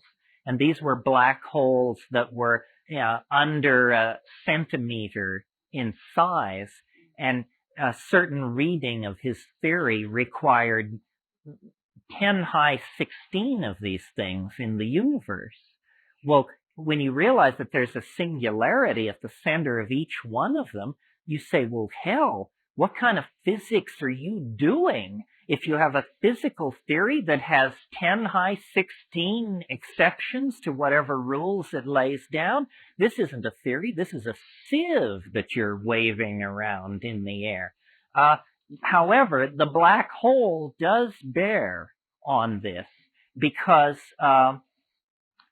imagine an observer standing outside the event horizon of a black hole, watching an object approach the black hole. What you see, and this is similar to the argument or the example I gave a few minutes ago of the marble on the edge of the bowl, what you see is this, let's make it a spacecraft, this spacecraft that approaches the event horizon of the black hole, and then it's caught in the gravitational tidal forces of the black hole, and it begins to go faster and faster, around and around, faster and faster, and at a certain point, it disappears into the singularity.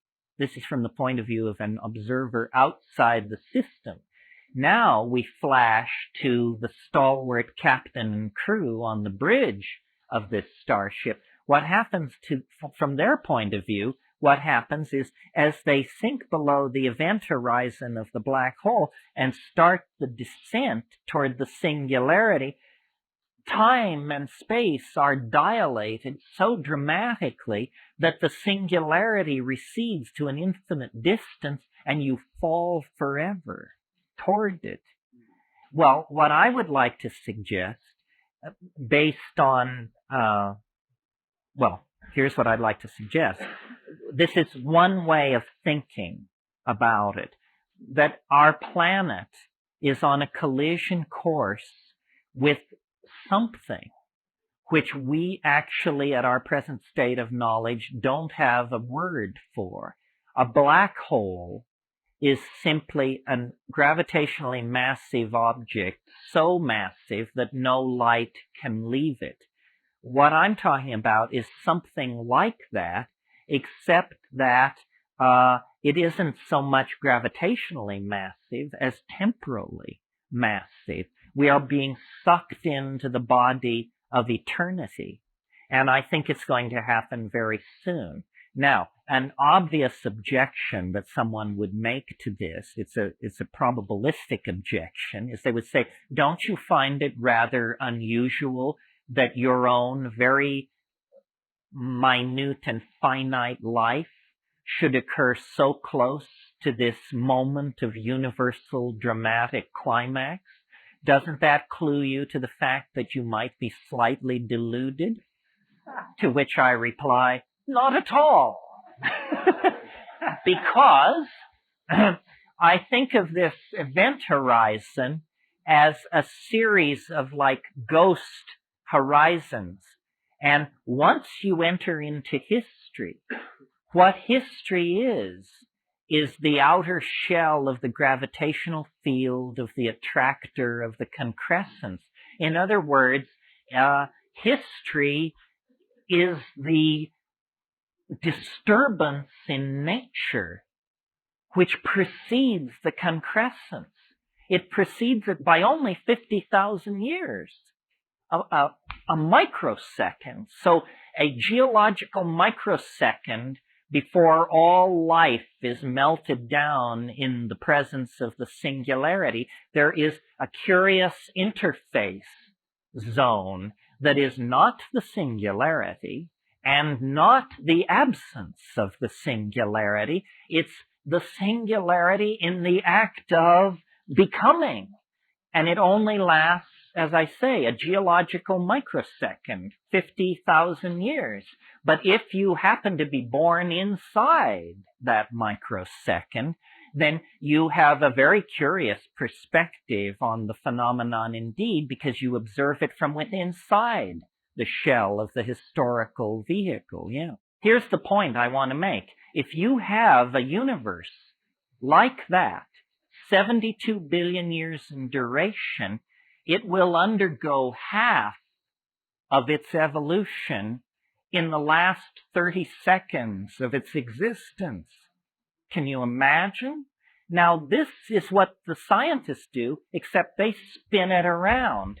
And that's why, I can't remember who wrote it, but the book called The First 3 Minutes, Steven Weinberg's book, The First 3 Minutes, a book about the first 3 minutes in the life of the universe, where he leads you through all this complex physics as matter is crystallizing out of hyperspace and all this stuff. All I'm saying is, let's put the complexity in the more likely end of the cycle. Let's put it at the end, when after billions of years of evolution and all kinds of complexity and that sort of thing, everything comes together.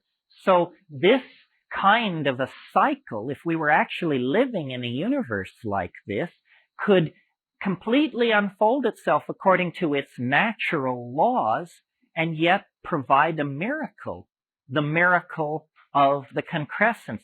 That's why I'm so keen on boundary dissolution. The more boundaries that have dissolved, the closer to concrescence we are. And when you finally reach it, there are no boundaries. You are eternity. You are all space and time. You are alive and dead, here and there, before and after. The singularity is a coincidentia oppositorum. It can simultaneously coexist in states which are contradictory. It is, Thomas Aquinas's vision of God. It's something which transcends rational apprehension, but it gives the universe meaning, because all process then can be seen to be a seeking and a moving and an effort to approximate, connect with, and attend to this transcendental object at the end of time. One way of thinking of it is like those bar balls that they hang in discos that send out thousands of reflections off everybody and everything in the room. Well, think of the transcendental object at the end of time as that bar ball, and then those reflected, twinkling, refractive lights are religions, scientific theories, gurus, works of art, poetry, great orgasms, great souffles, great paintings. In other words, anything which has, we even use this phrase, anything which has a spark of divinity in it is in fact referent to the original source of the sparks of all divinity, which is the compressed experience of life and mind after billions of years of unfolding itself within the confines of three-dimensional space. And you can make this vision your friend through psychedelics, because as I said at the beginning of this rave, you can see it from here. Of course, not if you have your face plunged in your stock portfolio. You're not going to see it, no. But if you will go up on the mountain and take 5 dried grams in silent darkness and pray through the night, you will absolutely guaranteed come into a sense of this thing. And it's real. And history is simply a perturbation on the surface of the waters of time as we approach the lip of this cascade into concrescence, novelty, and completion. And the psychedelics raise you out of the historical matrix and give you a sense of participation in this transcendental reality. It's the essence of religion. It's the essence of psychic balance. It's the source of shamanic power and mental health. Thousands of these molecules are arriving at the synaptic site of activity, elbowing aside the local population of endogenous neurotransmitters, getting them out of the way, plugging themselves into the receptor site and beginning to lift the electron spin resonance levels and push them in new directions. And you can almost hear it doing this. And then beyond the hypnagogia, there is the actual trip. And it usually is encountered, you have to go through what Mircea Eliade called the rupture of the mundane plane. This means that the world has to, it like falls apart or explodes or settles down on you. There's a sense of a rupture of plane, and then the visually coherent, emotionally laden, information laden, high content hallucinations occur. And many people have taken psychedelic drugs and never gotten past the hypnagogia. They don't know that there's something out there besides dancing mice and spinning geometric wheels and stuff like that. But beyond that, you cross over.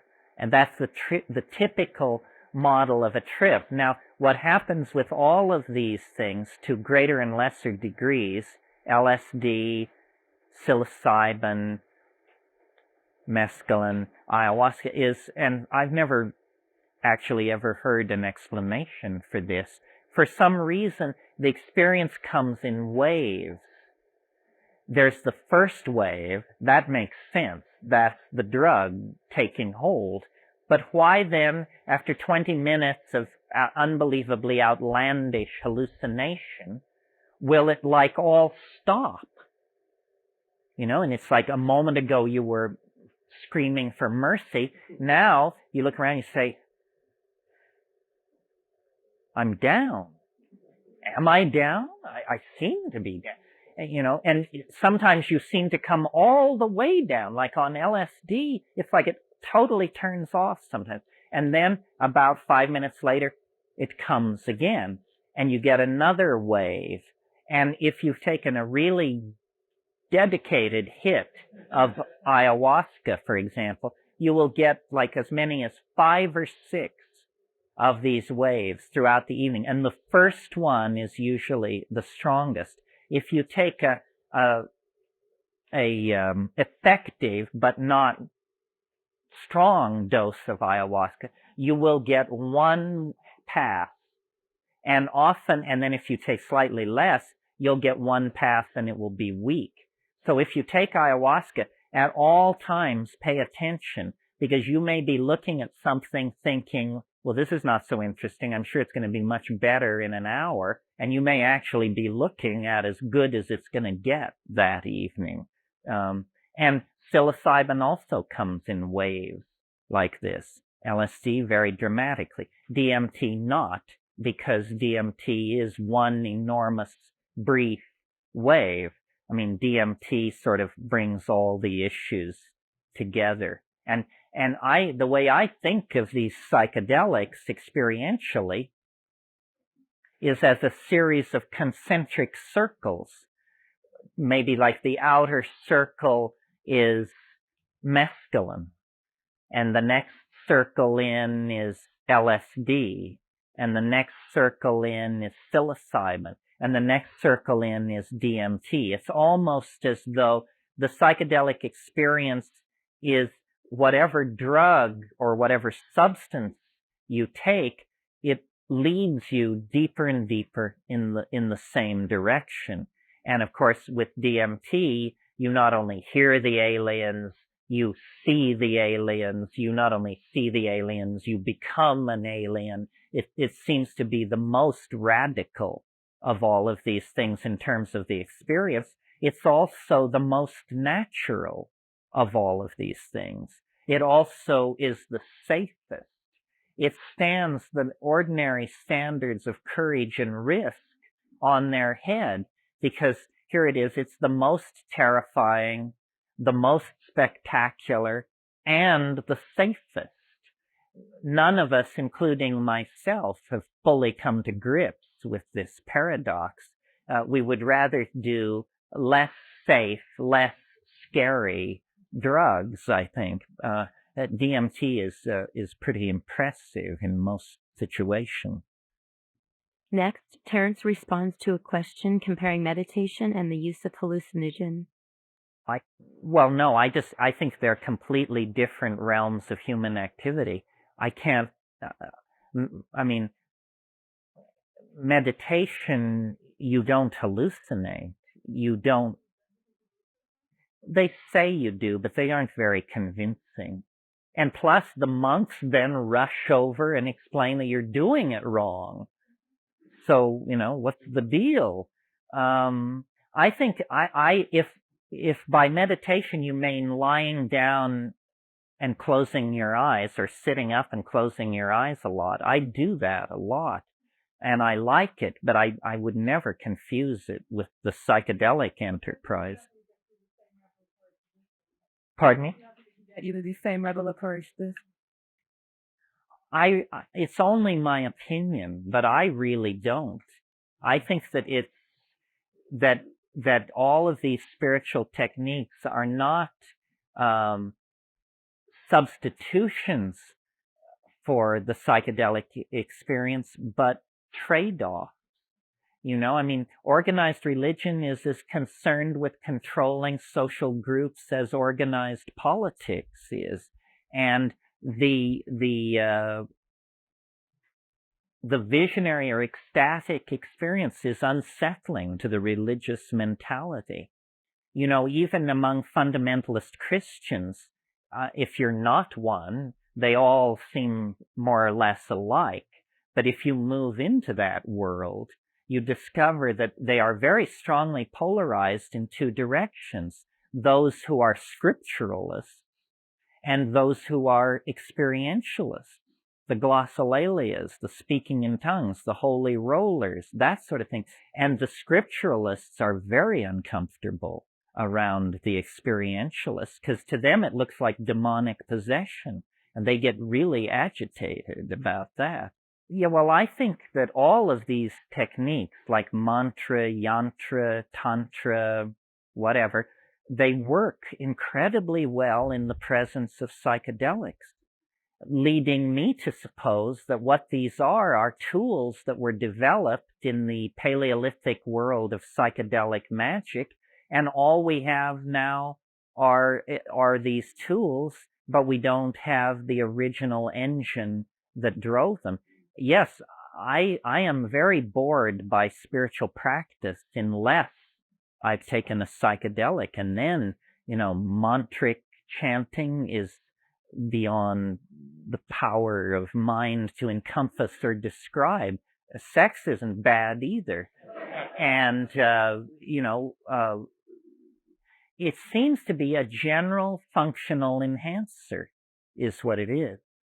Acoustical driving is also a tried and true tradition. But see, it's not about the exclusivity of method, but the combination of method. I mean, what you want to do is beat your drum while sitting in Yab Yum, while stoned on X, while at the holy mountain, while the astrological configuration is correct, and then, line it all up and then push it through. That's the way to do it, I think. Terence on creativity and hallucinogens. Well, it goes back to this function of boundary dissolution.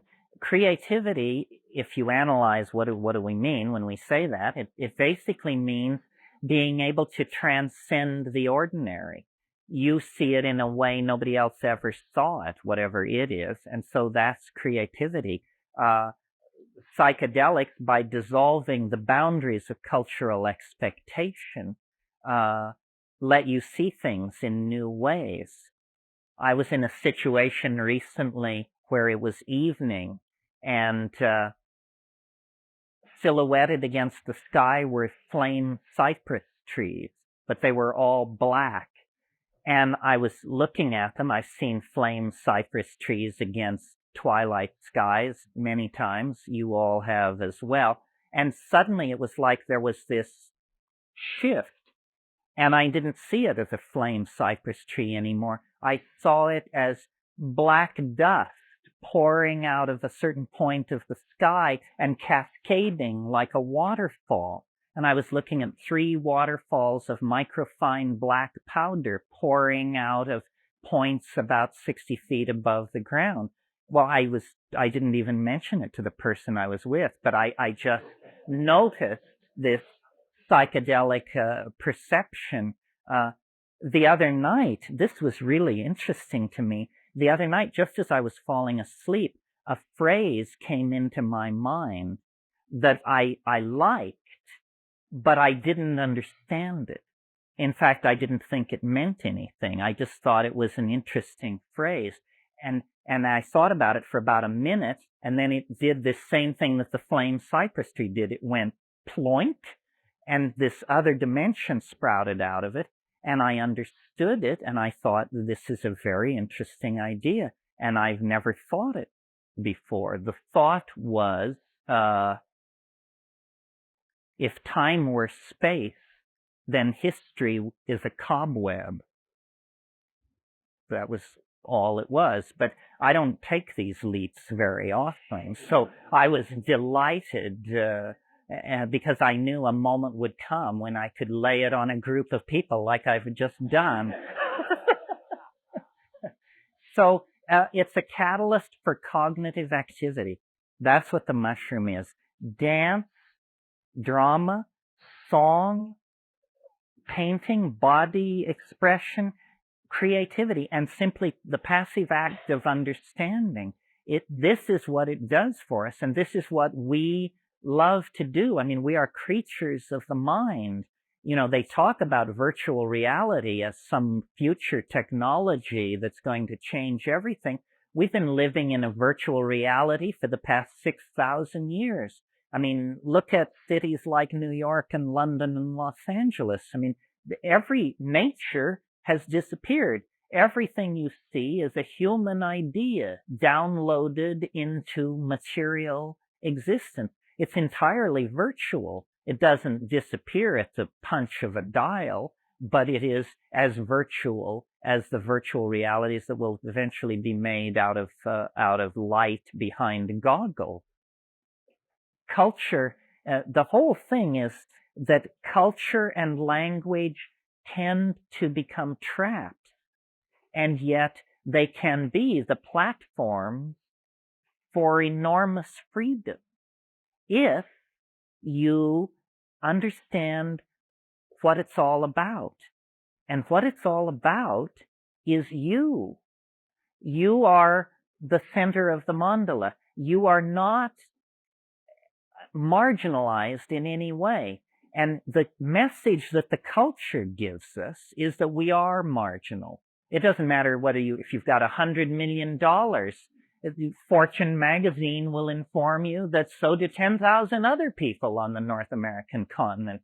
There's nothing special about you. And so we are constantly, this is part of the democratic legacy. We are constantly told, you're not special. Special isn't special. Anybody could do it.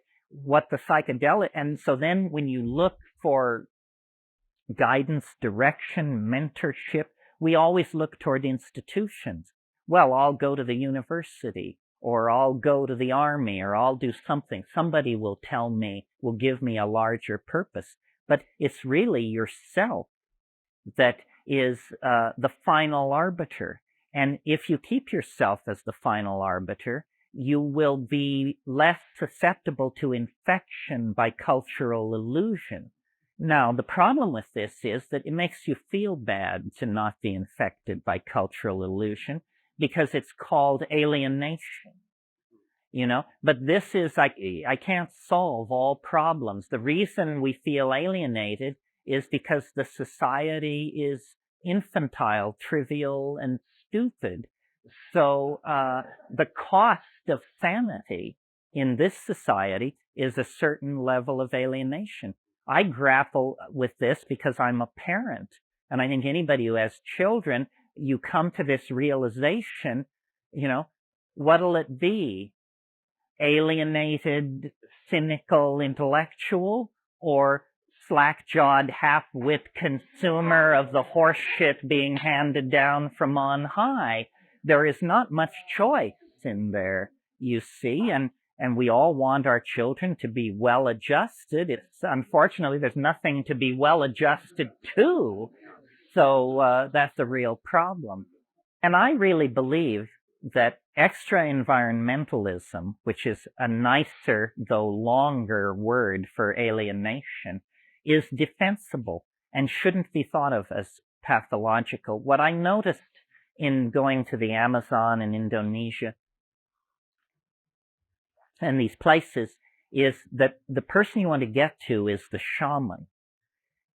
But the shaman is different from everybody else. Like when you go into an Amazonian tribe that's way upriver or something, the people behave the way you would expect naive, untraveled people to behave.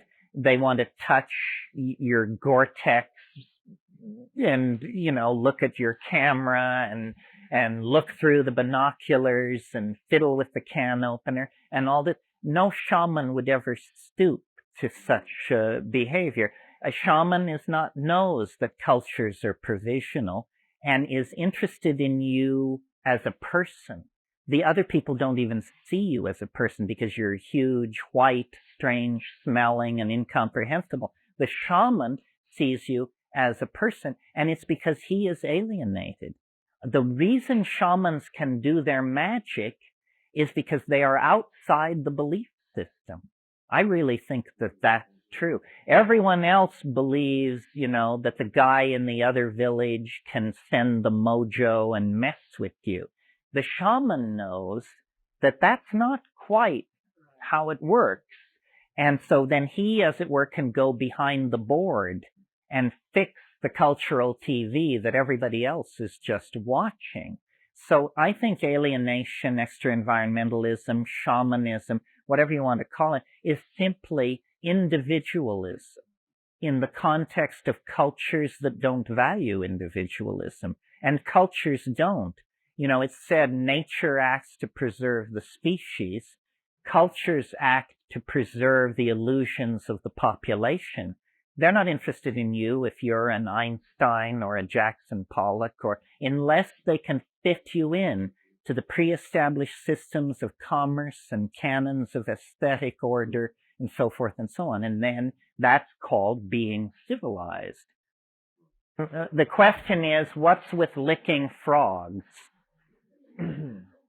I'm not sure I got it right, but, well, you kiss a lot of frogs before you find a prince, and you probably lick a lot more.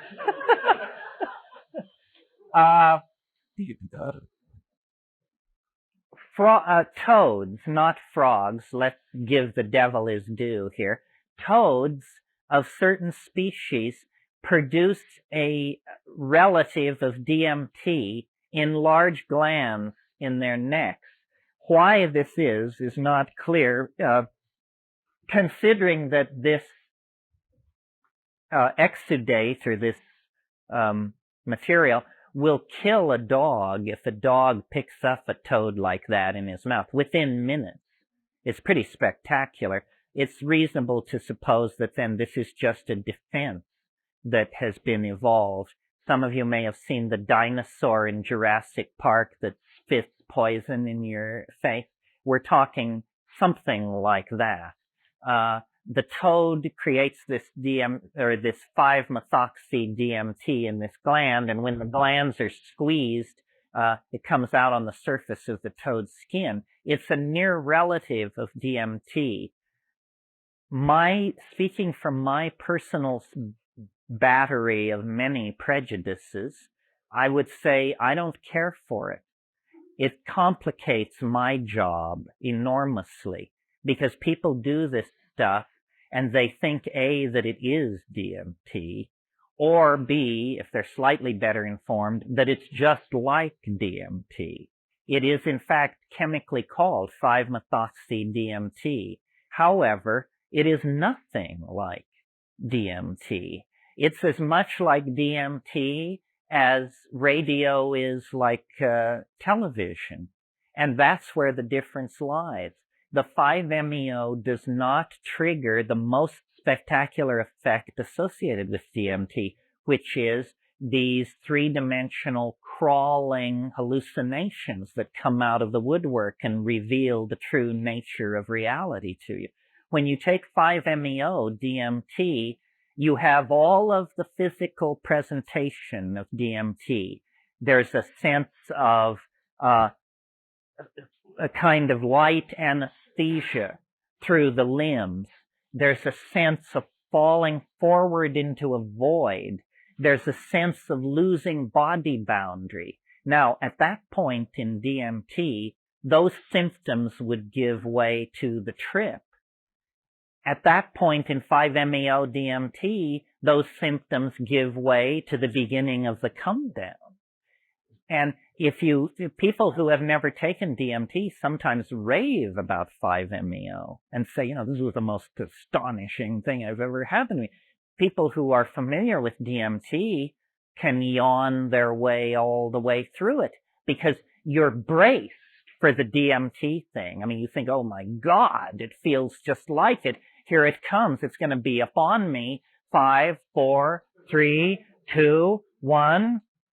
+1, +2, +3, +4, +5. It's not coming in. It doesn't come in. And so, and then 5-MeO is fatal in sheep as well as dogs, spectacularly fatal in sheep. And so I guess if you're a sheep, it's counterindicated. Doesn't seem to be harmful in human beings, but with so little data available, I think maybe we should there are old psychedelicists and bold psychedelicists, but there are no old, bold psychedelicists. Have I had any contact with the government? Not exact. Well, up until a week ago, the answer to this question was yes. I mean, no. When I got home from Esalen the last time, there was a really funny letter, which I haven't quite figured out how to respond to. Dear Mr. McKenna, I'm an officer of the California State Police, fascinated with DMT, and recently read the interview with you in the San Francisco Chronicle. I wonder if you would be willing to meet with me and have coffee so we can discuss this at your earliest possible convenience. So,